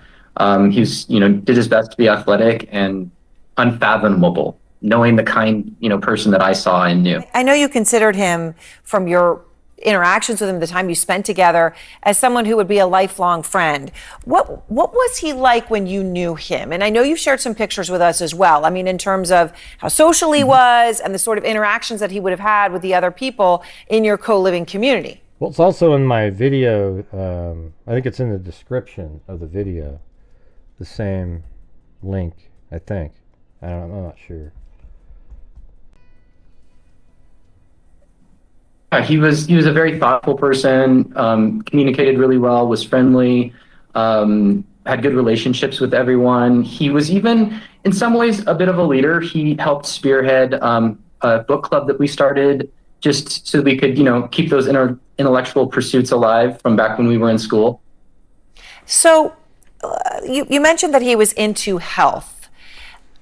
How did that manifest himself? And you mentioned you went hiking together, things like that. Can you tell us more about that? Why he cared about health? And I understand also that at one point you did become aware of some issues with his back. Yeah, so when I first interviewed him before he moved in, I remember he said he had a back issue and he was hoping to get stronger in Hawaii. So he's always focused on trying. When he first came, he went on a surf lesson with other members, and unfortunately, just a basic surf lesson, he was in bed for about a week. We had to get a different bed for him that was more firm, and I know it was really traumatic and difficult. When you're in your early 20s and you can't, do some basic things, it can be really, really difficult.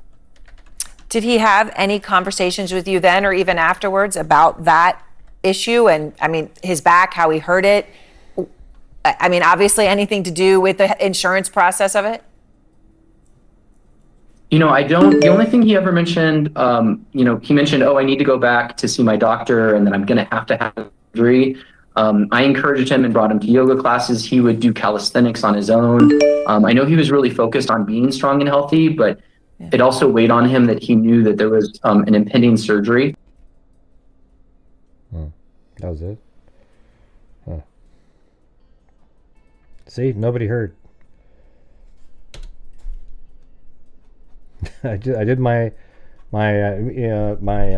spiel on here and just boom. 4 screws in your back doesn't seem pleasant. Yeah, well, so what? A lot of people have had worse than that. Doesn't he look a little bit like that one YouTuber, True Sleuth? This guy right here. A little bit. That's pretty funny. Luigi Mangione, the suspect in the killing of UnitedHealthcare CEO Brian Thompson, was held without bail and did enter a plea in his first court appearance today in Hollidaysburg, Pennsylvania. He faces, well, what was his plea? He faces 5 charges, including 1 felony count of forgery and 1 felony count of carrying a firearm without a license. Mangione was arrested on a gun charge after being picked up while eating at a McDonald's in Altoona, Pennsylvania, following an employee calling the cops. The NYPD chief of detectives said the 26-year-old had multiple fake IDs and a 3D printed gun with a suppressor, according to officials. Altoona police said when officers asked Mangione if he had been to New York recently, he became visibly nervous.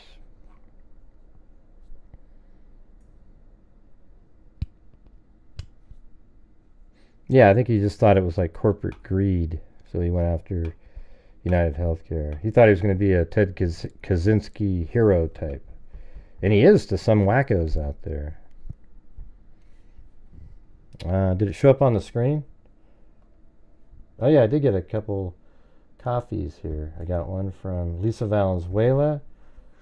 I got one from Alley Cake. A blank slate, and KK got me one. So thank you. Appreciate it. Oh, it should, yeah, it just showed up on the screen just now. Did you see that? I just saw it. Oh, and there's another one. That was Paulette. There you go.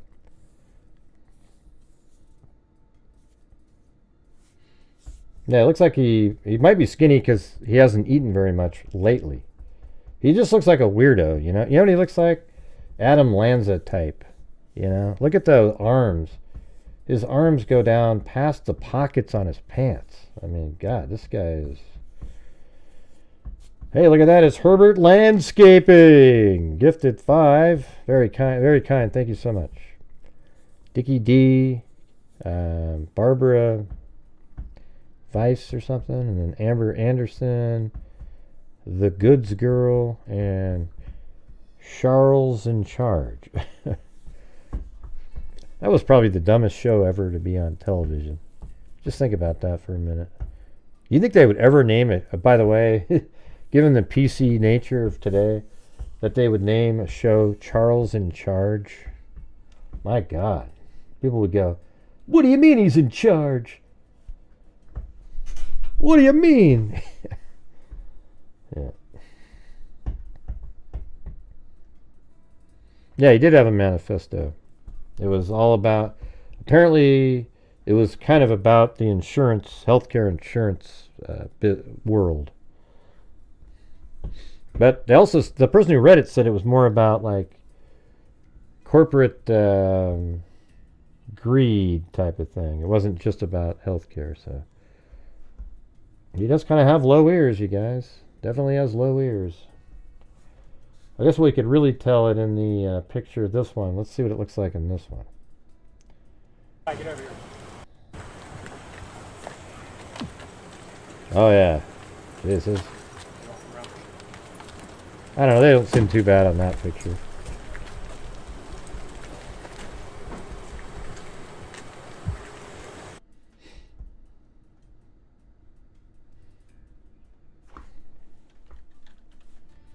Now let me try it again. Luigi.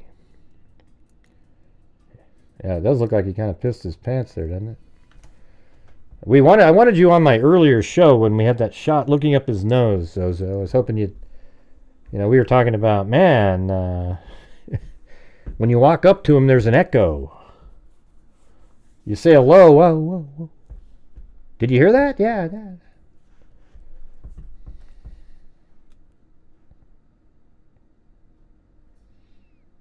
Let's see what the 20 set this one has right here. Live update. Suspect in UnitedHealthcare CEO killing shook when confronted, police say.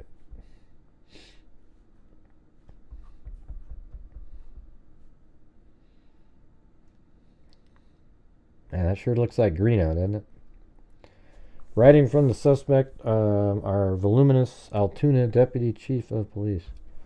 Writings from the suspect are voluminous. They were detailed, and everything we have is going to be turned over to the New York Police Department. Altoona Deputy Chief of Police Derek Swope told the Associated Press. He did not characterize the writings further. Why not? The customer recognized, notified an employee and wanted someone to check it out further, said Lieutenant George Bivens. Suspect went from Philadelphia to Pittsburgh after the shooting, authorities say. All right, so let's look at that. So if you went to Philadelphia first, we can go back to yesterday. Let's see, that would have been on the 8th. All right, here's the travel thing here. And now we can go to, let's just do Pittsburgh, or Philadelphia. That's where he went. Right there. You know, it's crazy. If I had time before the arrest was made to do that reverse thing that I thought of, I think we would have been pretty close to figuring something out.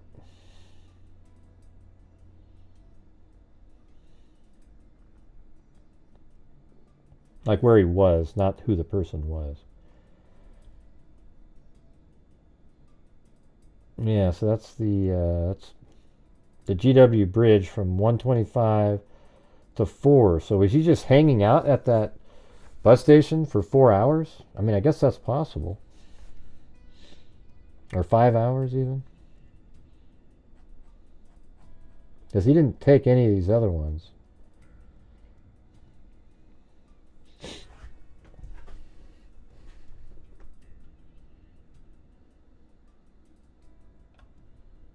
Let's look at one that's 7 o'clock. Well,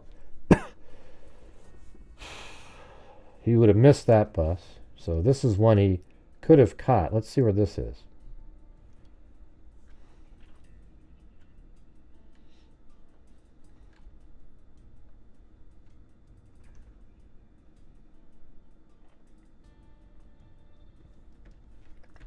That one would have been right at the right time. Maybe it's up in that same area.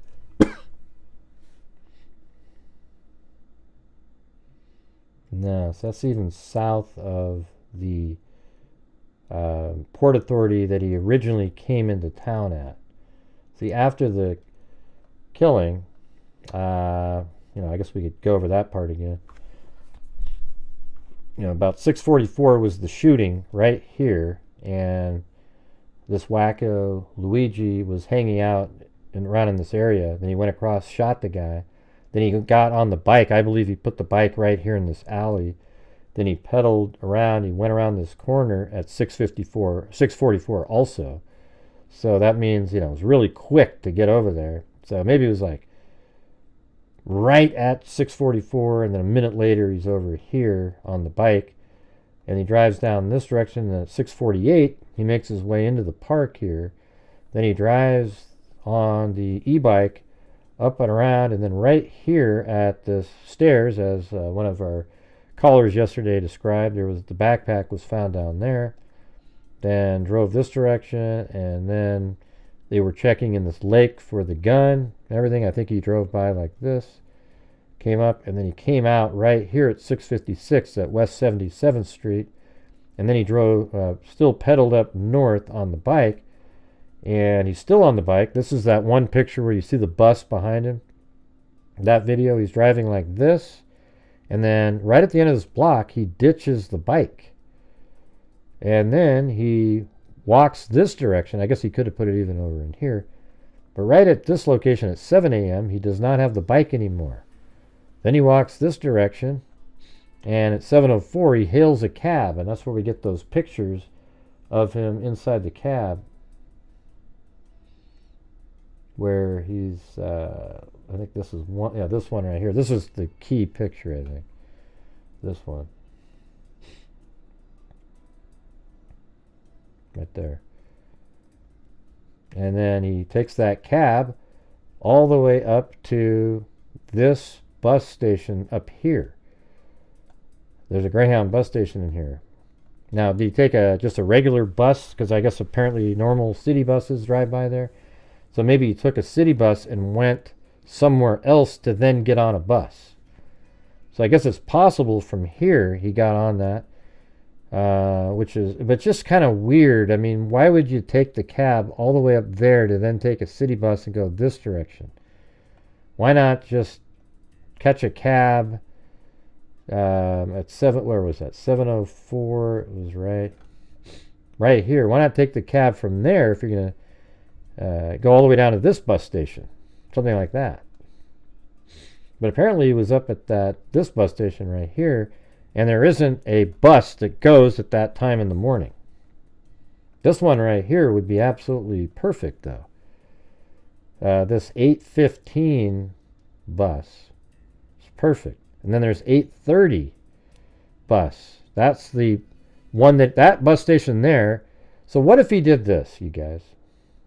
Okay, I bet we might see this, is when he just drove up here to do the head fake and then took a bus from here down to the original Port Authority bus station that he originally came in on, right here.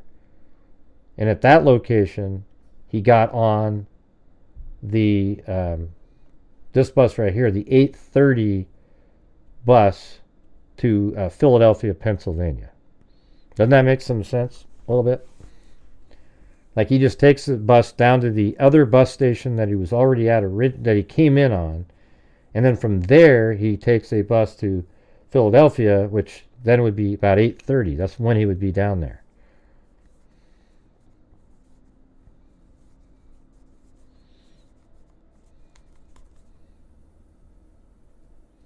Mm-hmm. Hello.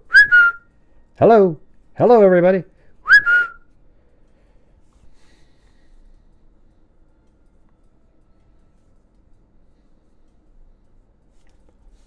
It's like talking to a brick wall. He looks like a McDonald's customer. Yeah, were you paying attention to what I was talking about? No, he didn't have a round trip ticket. But maybe he was just trying to throw him off and took a bus from the GW station to the other Port Authority station. You're being whistled at because nobody's even commenting on what I'm saying. It's just so, it's like, why bother talking, you know? No, I'm on regular chat. Nobody said anything about the possibility, because we have to find something where he gets on a bus pretty close to the time that he left the park. This is 8:30 a.m. at the New York Port Authority, where the same station he arrived in on, that goes to Philadelphia, because they said he went to Philadelphia, then he went to Pittsburgh, you know, but maybe he went somewhere else before that. You know, I don't know. I don't know.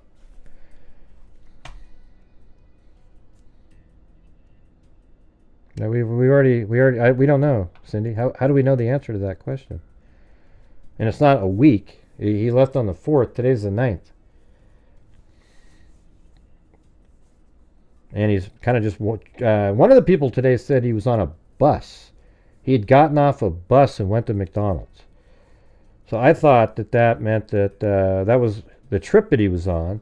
And that's why I thought it was a different McDonald's. I thought it was the McDonald's right here. Look. See, this McDonald's has a bus stop right there. And I thought, okay, they're waiting there and he wanted over here to go to McDonald's. He was going to go back over here. But nope, he went into this McDonald's. So I don't know.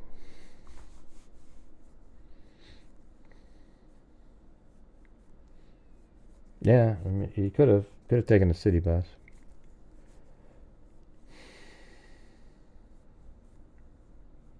I don't know how the police said it looked like him when he took his mask off. I think what they could probably see the smile part of his face. Yeah, you know, maybe they've all seen a video where we saw a still frame. But I think when you combine the eyes to with the cab image, I think, or hell, maybe they use my image, you know? That one would work.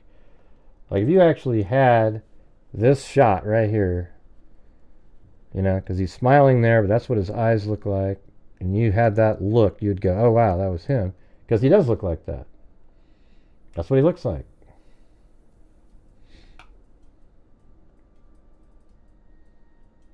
I can't remember what somebody wanted me to compare earlier. A picture from this, was it in this document, article?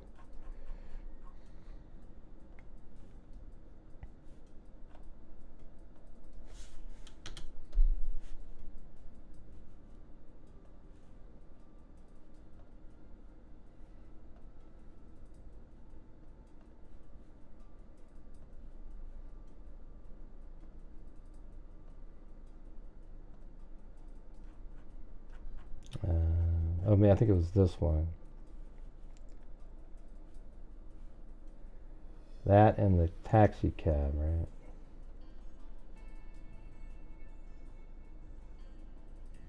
Damn, it's just so obvious. Look at that. Same eyebrow, that big thick one there. So that's just what he looks like. You know, there's no eyeliner or anything like that.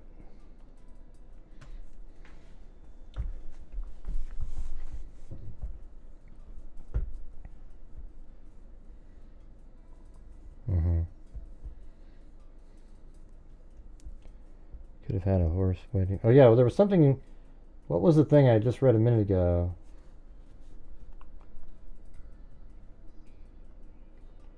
Hold on.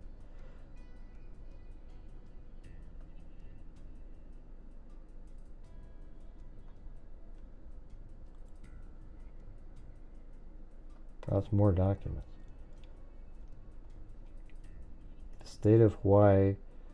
Oh, that was when there was another arrest in Hawaii.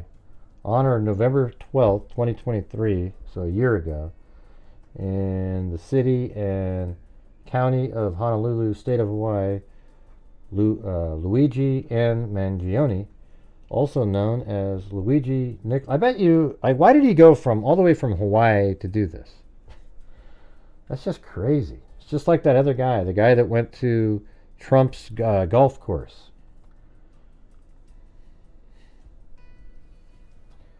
Did knowingly, intentionally, or recklessly fail to observe and abide by an officially posted sign authorized by the board or its authorized representative designating a closed area, to wit, a state park sign. Doesn't sound like a big deal. Also known as, if Luigi N. Mangione, also known as Luigi N. Mangione, is found guilty of this offense,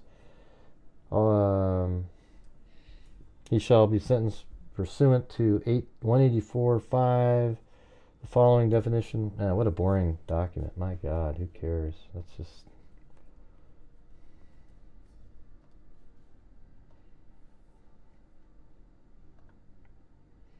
Oh yeah, so then some of these are what Cindy sent. This is sort of interesting here.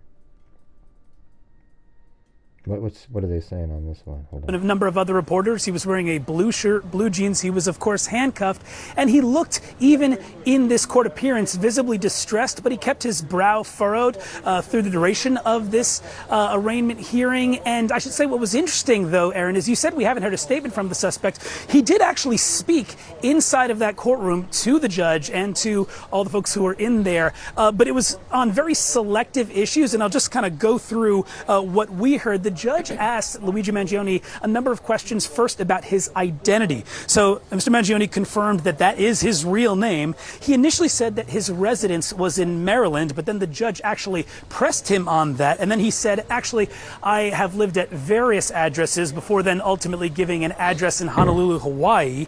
Then he also said that he has worked for 3 years as a data engineer up until about a year ago. And he also told the judge that he has no drug or mental health problems that the court needs to know about. But Aaron, one of the most interesting parts of that particular hearing was actually his statements after the conversation about bail. The prosecutors basically stepped up there and made the case why they believe that this man should be held without bail. They mentioned that he is awaiting potentially an arrest warrant coming from New York City as one of the major reasons. But they also said that prosecutors noted that they found him with $8,000 in U.S. cash, $2,000 in foreign currency, his passport, and also a Faraday bag, which is basically a bag designed to stop transmission of cell service or other sort of things like that. At the end of his speech, the prosecutor... Yeah, he was like really planned this thing out. Prosecutor's speech, Luigi Mangione said, I actually want to address two of the things that you said. He said, I don't know where that money came from. I'm not sure if it was planted. And then he also said that that bag was waterproof. And the term that the prosecutors used when discussing the Faraday bag, the ghost guns, the 3D printed silencer, was the prosecutors used a phrase saying this is criminal sophistication. Luigi Mangione said, I don't know about any of this criminal sophistication when addressing that. But it's just interesting, Aaron, that of all of the things that were mentioned in that court appearance, the two that he noted or took issue with was the currency and then that bag. Aaron? Yeah, that's pretty crazy. Prosecutors noted that they found with them $8,000 in U.S. cash, $2,000 in foreign currency, his passport, and also a Faraday bag, which is basically a bag. I mean, if he was smart, he should have went right to the airport, straight out of there, and just got out of town, because they would never have been able to figure out who he was, his name, for a while. Hey, thanks, DD. This is $2 in donation for Luigi's unibrow. At the end of the prosecution's speech, Luigi Mangione said, I actually want to address two of the things that you said. I don't know where that money came from. What a bunch of crap. But you know what's weird? The conspiracy nutters will believe that sentence. You know, these things that make him look damning. He goes, I don't know anything about that. And the crazy wackos out there are going to believe that. That's scary. Yeah. Gray, they're not crazy wackos just because they think differently. No,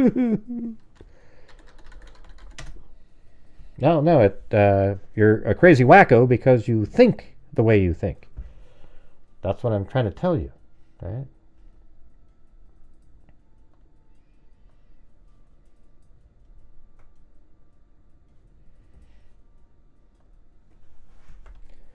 He doesn't want to look wealthy or prepared. Yeah. At the end of and then he also said that bag was waterproof. Okay, well, so it's a waterproof bag, but it's also a Faraday bag, meaning you can have your cell phone with you, but it's not going to transmit anything. No, he's not gray. He's being framed. Okay, well, you can believe whatever the hell you want, you know. Just don't bring it over here. You just print it. They have these 3D printers. Haven't you guys heard of 3D printing before? Yeah, they just print hard plastics, and then I guess you can put in, there's metallic parts that you put in at the same time. And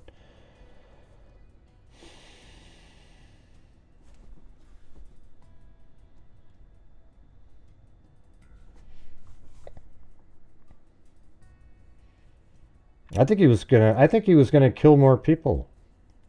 That's why he kept that gun. I think he was, it wasn't a one and done type of thing. He was going to, he isn't done yet. He's moving on. That's what I think. This guy he was too calm to be somebody who was finished after just taking out one person. I think he was moving on to somebody else.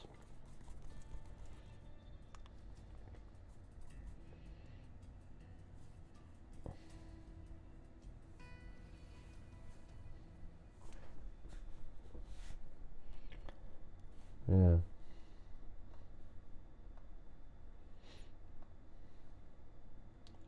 Well, what do you guys want to discuss. What did this guy say? Colin Rugg. Yeah, that was that one.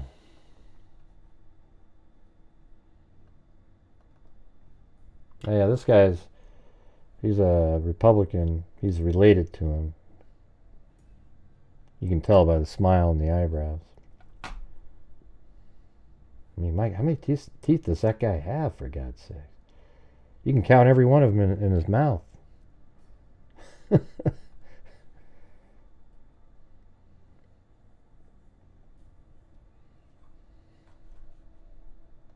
A lot of chiclets.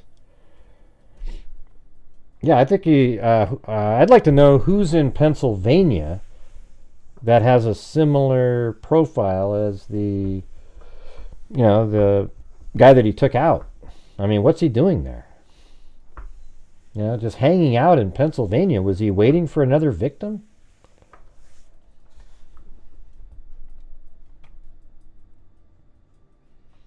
I want to know if he had how much more ammunition he had with him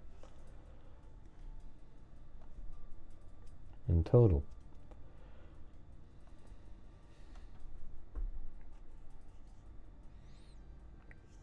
Yeah, but he's hanging out in the town for 4 or 5 days. Who's he hanging out with? Yeah, he went to school in Maryland, maybe Pennsylvania. Yeah, but so what if he went to college there? What difference does that make? That's not what I'm talking about.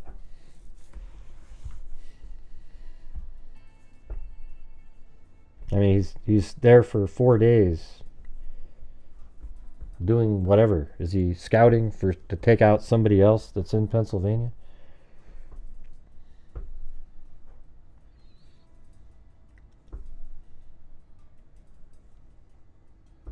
Yeah, well, he was on his cell phone, Joel, 15 minutes before, so maybe that's the answer.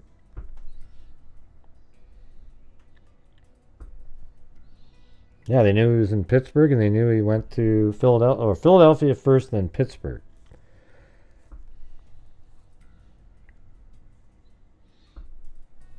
No, but he went to Philadelphia to Pittsburgh.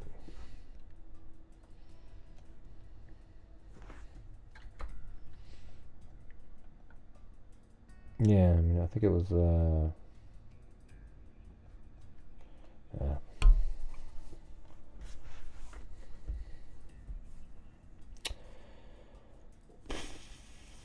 interesting if they find out. Okay, let me just type in his name, and if there's nothing else, I'm going to call it a day. It's been a long one.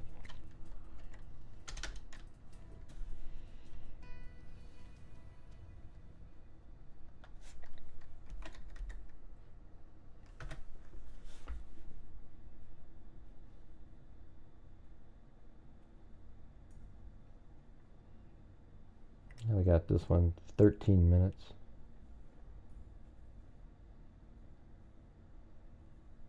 Okay, yeah, he gave the Unabomber a 4-star review. Yeah, basically there's nothing new there. We've already gone over that. I think that's a pretty big clue, though, the manifesto writings.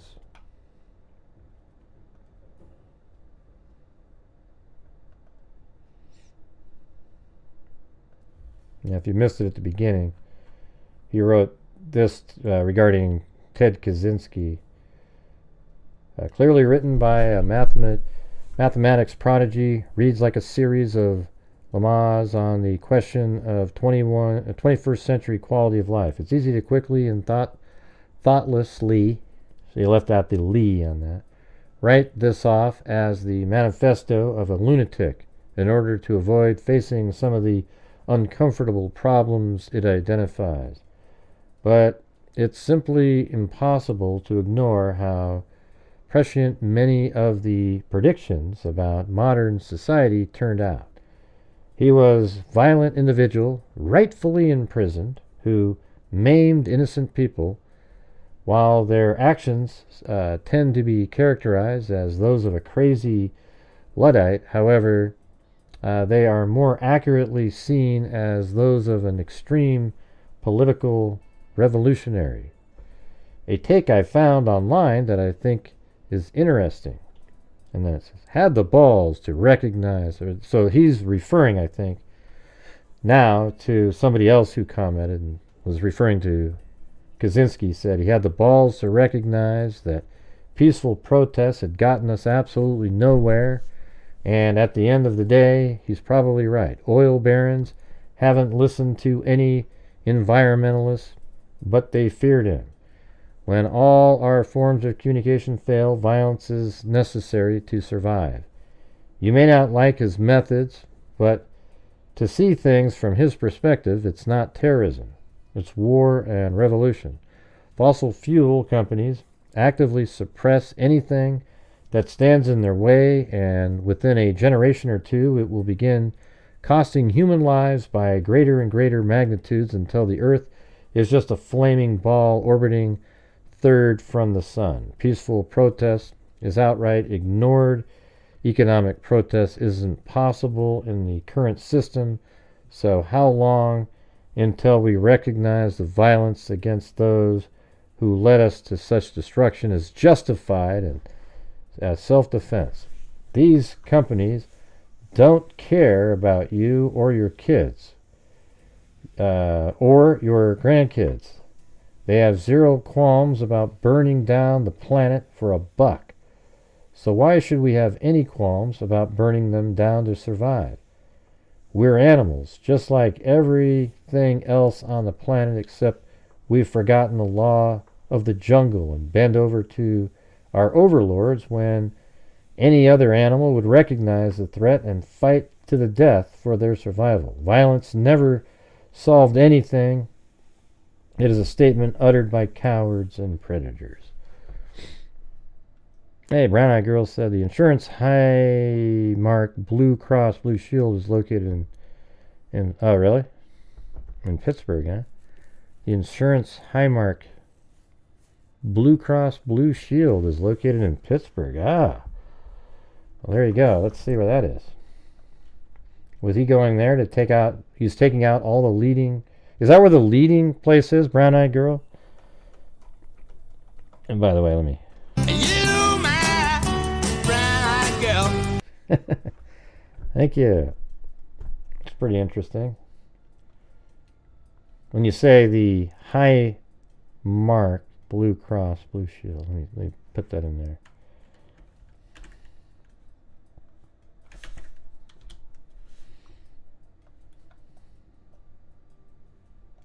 Well, there's one. What town is that? Erie.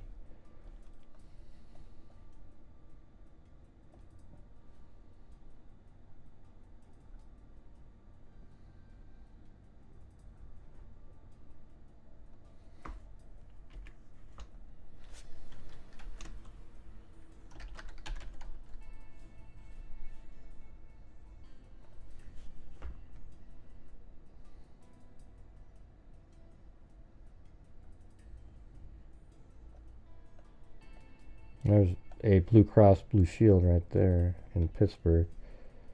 I mean, I don't know where the headquarters is. Do you?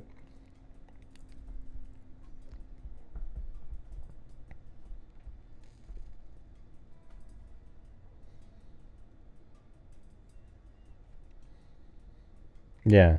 I'm just looking for like where the headquarters. Let me maybe type that in. Where is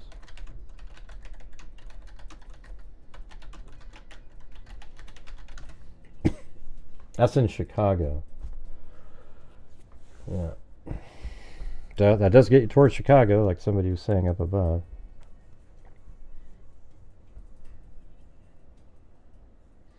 Yeah, I thought it was ridiculous how they were like, hey, we're closing in on him. You guys weren't closing in on jack crap, okay? You guys were not closing in on anybody. Yes, you have gathered up information. I think eventually the information would have led to identifying him, because I think that those, the amount of money and whatnot, they probably do have Ancestry.com representation, and then perhaps somebody has some representation on, if they use some of the backdoor techniques, they might have been able to identify a family that this guy came from using forensic genetic genealogy, and eventually would have led right to the guy.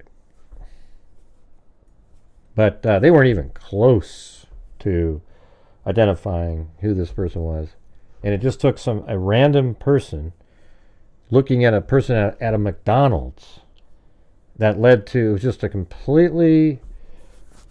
I mean, if that arrest wasn't made today, who knows how long this would have taken. And by the way, like I said before, I think he was arrested because he still had that the mask on. Take the mask off, now he's sort of unrecognizable. Maybe just put like a little baseball cap on or something, just, nothing, and walk around. Maybe not even the baseball cap, because nobody had seen his hair yet. That would have thrown people off. The hat would still make you go, ooh, what's going on, I mean, that's what people do when I got mine on.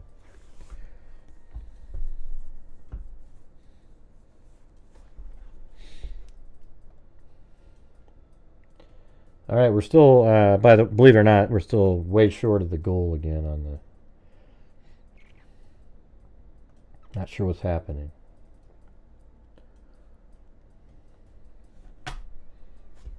Mask makes you stand out. Yeah, it makes you go, ooh, what's that guy doing?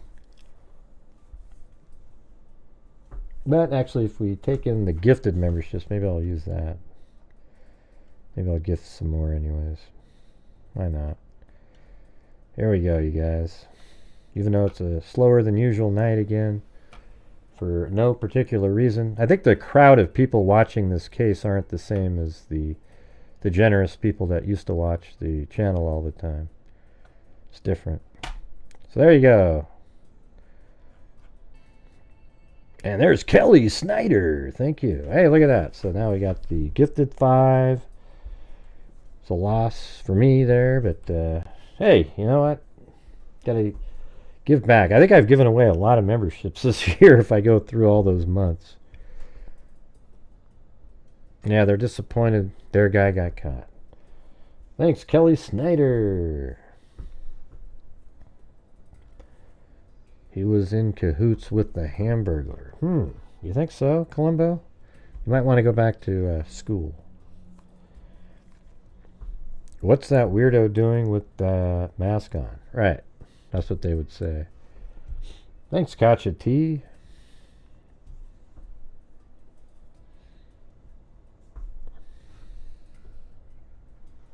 You know, when I'm playing golf, we have this phrase. I don't know where I got it from. But if you hit a shot and it's kind of off a little bit, you go, I always say, a little bit more cheese, it would have been a hamburger. Whatever the hell that even means, I don't know. It's funny every time. Let's see. McDonald's was harboring a wanted fugitive. What's new? Yeah. I mean, who doesn't? Okay, let's see. Let me ask you this. What is your favorite? I think the Big Mac is like one of the best tasting things they've got there. It's a full salad, really. Yeah, if it had a little bit more cheese, it would have been a hamburger. And they're just kind of like, what? Yeah.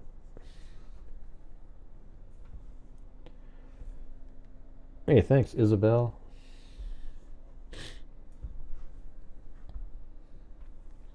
I think I'll tell you what one of you guys got to try. Go to Wendy's and get the chicken ghost or the ghost chicken sandwich or something. Oh my god, that thing it's pretty good. Got really hot onions on with crispy chicken thing. Good stuff. I think Wendy's has way better hamburgers than McDonald's. It's not even close. Yeah, I mean Wendy's their hamburgers actually sort of look like the picture, right? When you go to McDonald's and you see the little picture outside, oh my god, look at that nice big juicy cheeseburger, and when you get it, it looks like somebody smashed it down with a sledgehammer just to be able to wrap it inside of a package with the height of a pancake patty. I mean, just ridiculous. What happened to the gift giving wheel or a fortune? You haven't been able to do that. I'm just giving away memberships to people. I might try to bring that back. It was really like when people would support the channel, I have like a spinning thing at the end. Maybe I'll try that, bring that back a little bit. You know, and I would, every time you sent in, you did like the coffee one, you'd probably get 2 spins, 2 like pie wedges. And maybe try that again. Maybe I'll make the mug would be "you bastard" or "Gray, you bastard" or "Gray." I think that'd be pretty funny. What was the other mug you guys wanted to have? No, but you know what? Hey, hillbillies. Next time you go to Wendy's, just go there again and say, "Listen, I want fresh fries." Okay, they'll do it. They'll actually do it for you, and they are so much. They're way better. When you get the ones that aren't fresh, they suck. But the ones right out of the fryer, those are really good. I mean, they're phenomenally. I think they're better, or just as good as McDonald's. But they're a different type. You know, it's more of a potato-y.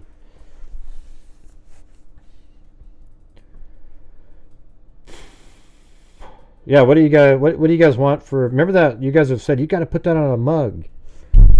Some wording.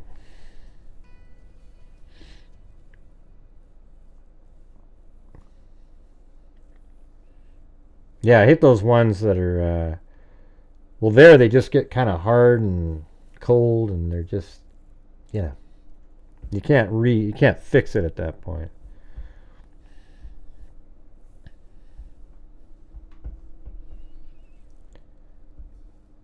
Gray, you bastard. Hey, see you later, Brandon.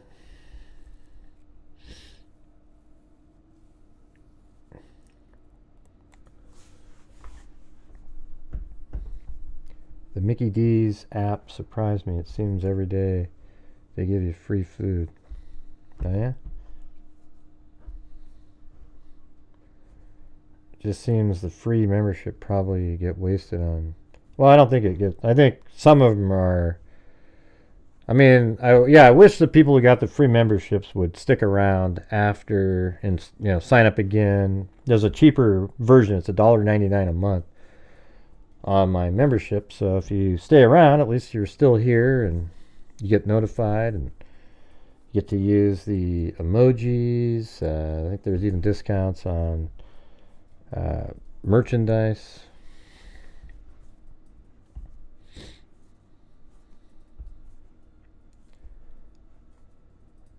Yeah, well, I do have one out there right now with blue on it.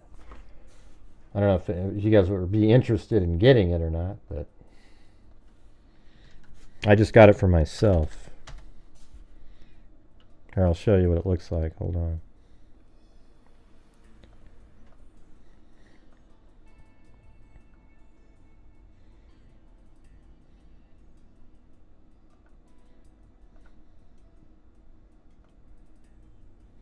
There it is. Look at that. That's one I made for myself.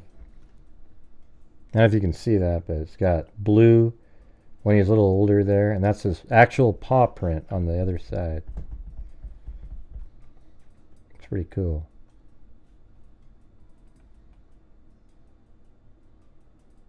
See that? Look at that. There's blue right at the end. Not right at the end, probably a month or two before, something like that. See that? And there's the paw on the other side. It's pretty cool, right? It's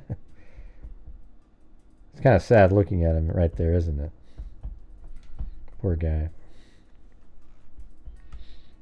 See you later, Tim.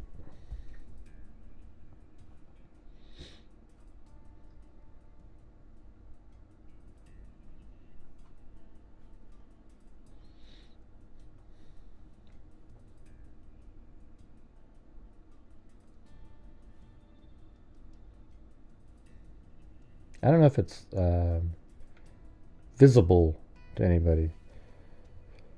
I think I made it this one too. It was blue. Yeah, it had blue and just had the heart on the back. Freak and then his paw, but I like the one with his picture on it.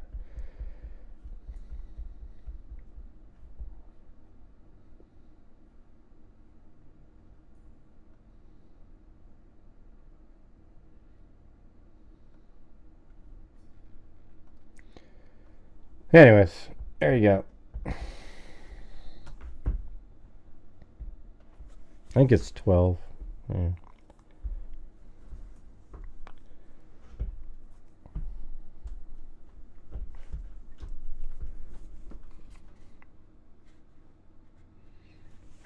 Yeah, blue was awesome.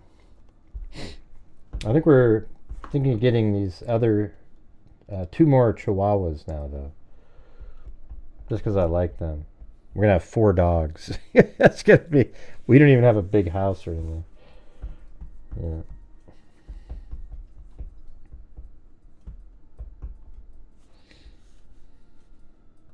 I think his name is Mac.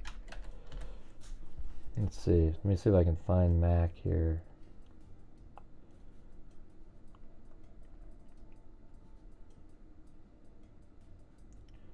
Yeah, I think it's these 2 right here. Here, let me show you. These guys right here. Kind of a long. They're both only 5 months old out of the same litter, but this one's got kind of longer hair, and this one doesn't. It's like the normal length. What do you think? Keep them together as buddies, you know? That'd be kind of cool. They're supposed to weigh like 5 pounds or something, so a little bigger than the...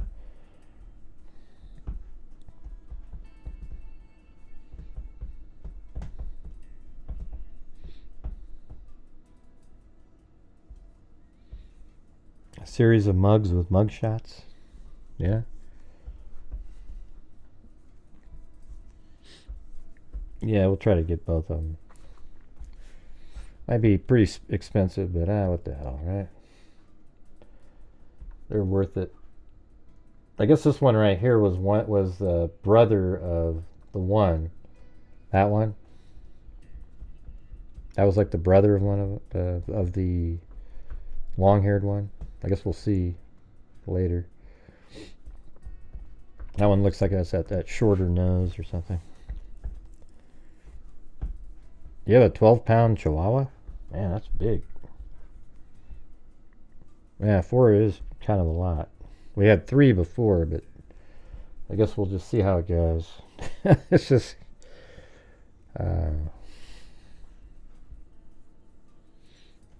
yeah, let's see. Let me see where Mac is.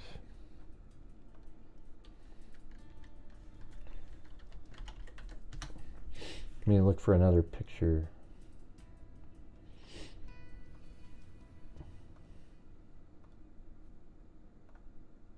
Oh, that's the same one. Mac.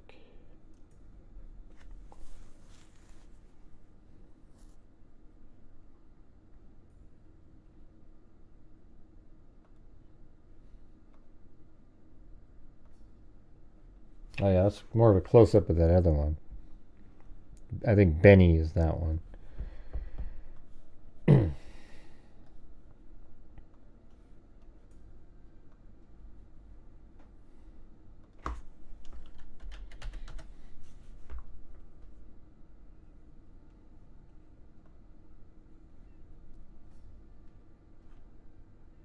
I sent her a picture of look at that.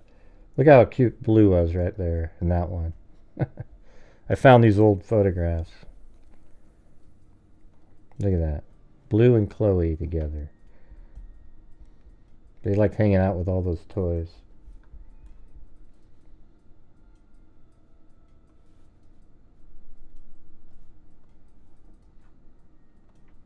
I always like pictures like these. Look at that. Not a care in the world for these guys. Look at that. Just chilling out wherever the hell they were. It was so awesome.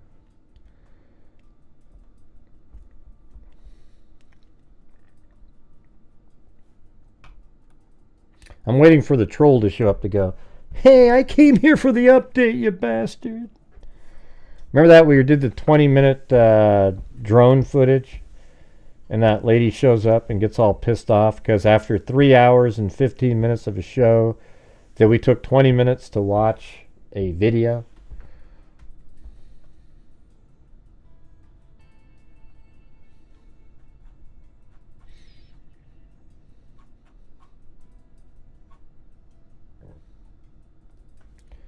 Trying to find the one with Mac in it. Where's Mac?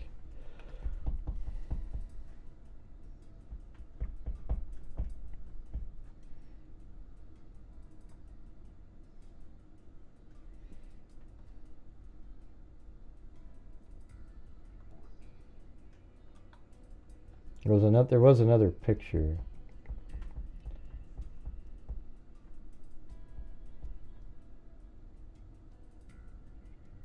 I just can't find it.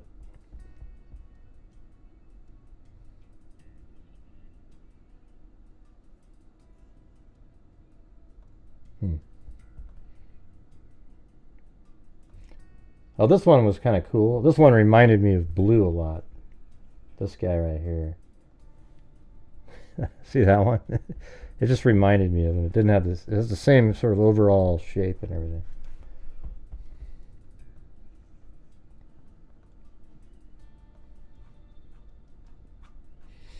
I don't know where they are.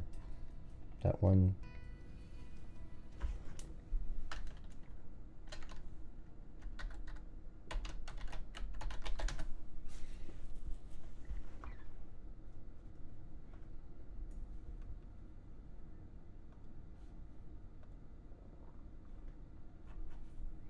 I'm just doing one more check. See if I can find it.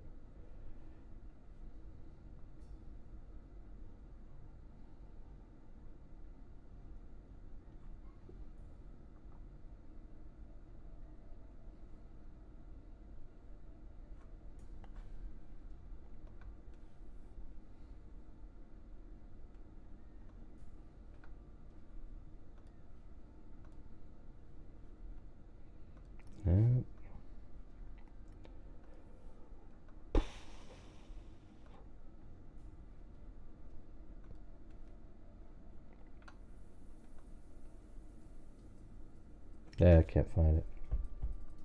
There was one that was more of a close-up of one of them. I don't like Dobermans. But anyways, all right. Well, there you go, everybody. Yeah, not sure if there's updates tomorrow. We'll go over those, but I'm not sure what you guys want to cover the next case. My smallest is 35-pound rat terrier. Yeah, I like small dogs because the poops that the big dogs make are too big.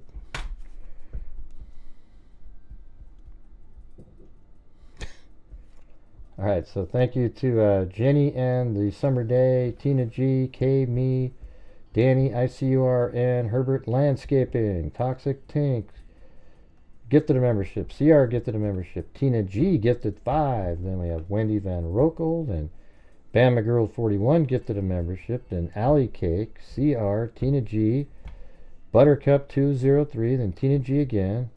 Thanks, Tina G. That's very kind. It is Amy, Darcy, Marie, then Felix Poon, then Herbert Landscaping, Alley Cake, Tina G again, then Fitz, CR, Mark Porter, Dickie D, Shamo, Danny ICRN 16 months, Dickie D, Brandon Collins. Gray, did you see anything about this? Yeah, we saw it.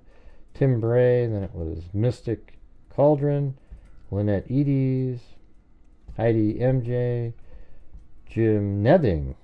I can't believe Jim Nething was here. That was amazing. And then Hope, and then Katja T, then Herbert Landscaping gifted 5, then Dickie D, Brown Eyed Girl 714, then I gifted 5 memberships, then Kelly Snyder, Katja T, Isabel, and then Clark, was it EO? Clark EO gifted a membership. It's, that's very cool. Then we have, let's see, Lisa Valenzuela, Alley Cake, A Blank Slate, KK, Paulette, Linda Howe on the coffee side of things. And we also had a Peggy sent a PayPal. So thank you guys, appreciate it. And we'll see what tomorrow has to offer. But I think we did pretty well in this case, putting it all together. I think that image we put out looks a lot like the guy, with the using the eyes of one and then the mouth of the other one. You know, the full face of the other one. It looked pretty good. I think the theory in the case was accurate as hell. You know, was that this guy is somebody that's sort of anti. It's like a political, ideological, more that than anything else. And he, you know, just how calm he was. It seems like he was there to, he had no, he didn't have really any sort of anger that you would have if a family member got, you felt like they were responsible, the insurance company was responsible for their deaths. He just like clinically went in, shot, and then walked away. And he had it all planned out. And I was off by 2 years on the age. I was thinking 18 to 24, but he was 26. But I think other than that, it was pretty close. Pretty damn close, you know, when you use common sense, logic, and reason. Yeah. All right. Well, thank you guys. I appreciate you being here and everybody for supporting the channel. Maybe hit that like button on the way out the door if you haven't hit it yet. We did get up to 539 likes. That's pretty good. All right. So we'll see you guys later. All right. So as I always say, everybody, until next time, be safe out there. And a 1 and a 2 and a 3. Yeah, I've been doing this true crime thing for quite a while now. And during this whole time, I have not seen one person. Not even one, Gray? Not even one. Dissector, plug rejector, I'm a certified human lie detector. Gonna get ya on a stretcher if you try and play me like an old projector. Crime sector is my nectar. Professor Gray is gonna give another lecture. Crime collector, freak connector, and I'm always gonna be a pup protector. Fool deflector, interceptor, and I'm meaner than a spectre with a vector on his pector. With all respect, y'all, just remember I've a temper fucking check ya. I have no agenda, I'm no pretender, and I'll serve it to you straight without the blender. And in the end, I'm gonna send ya on a mission to reveal the true offender. Yeah, so I'll just get right back to work. All right, everybody, talk to you later.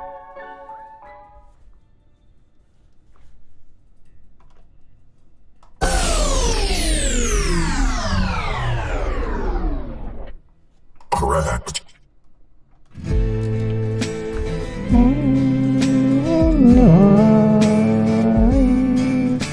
They call the rising sun.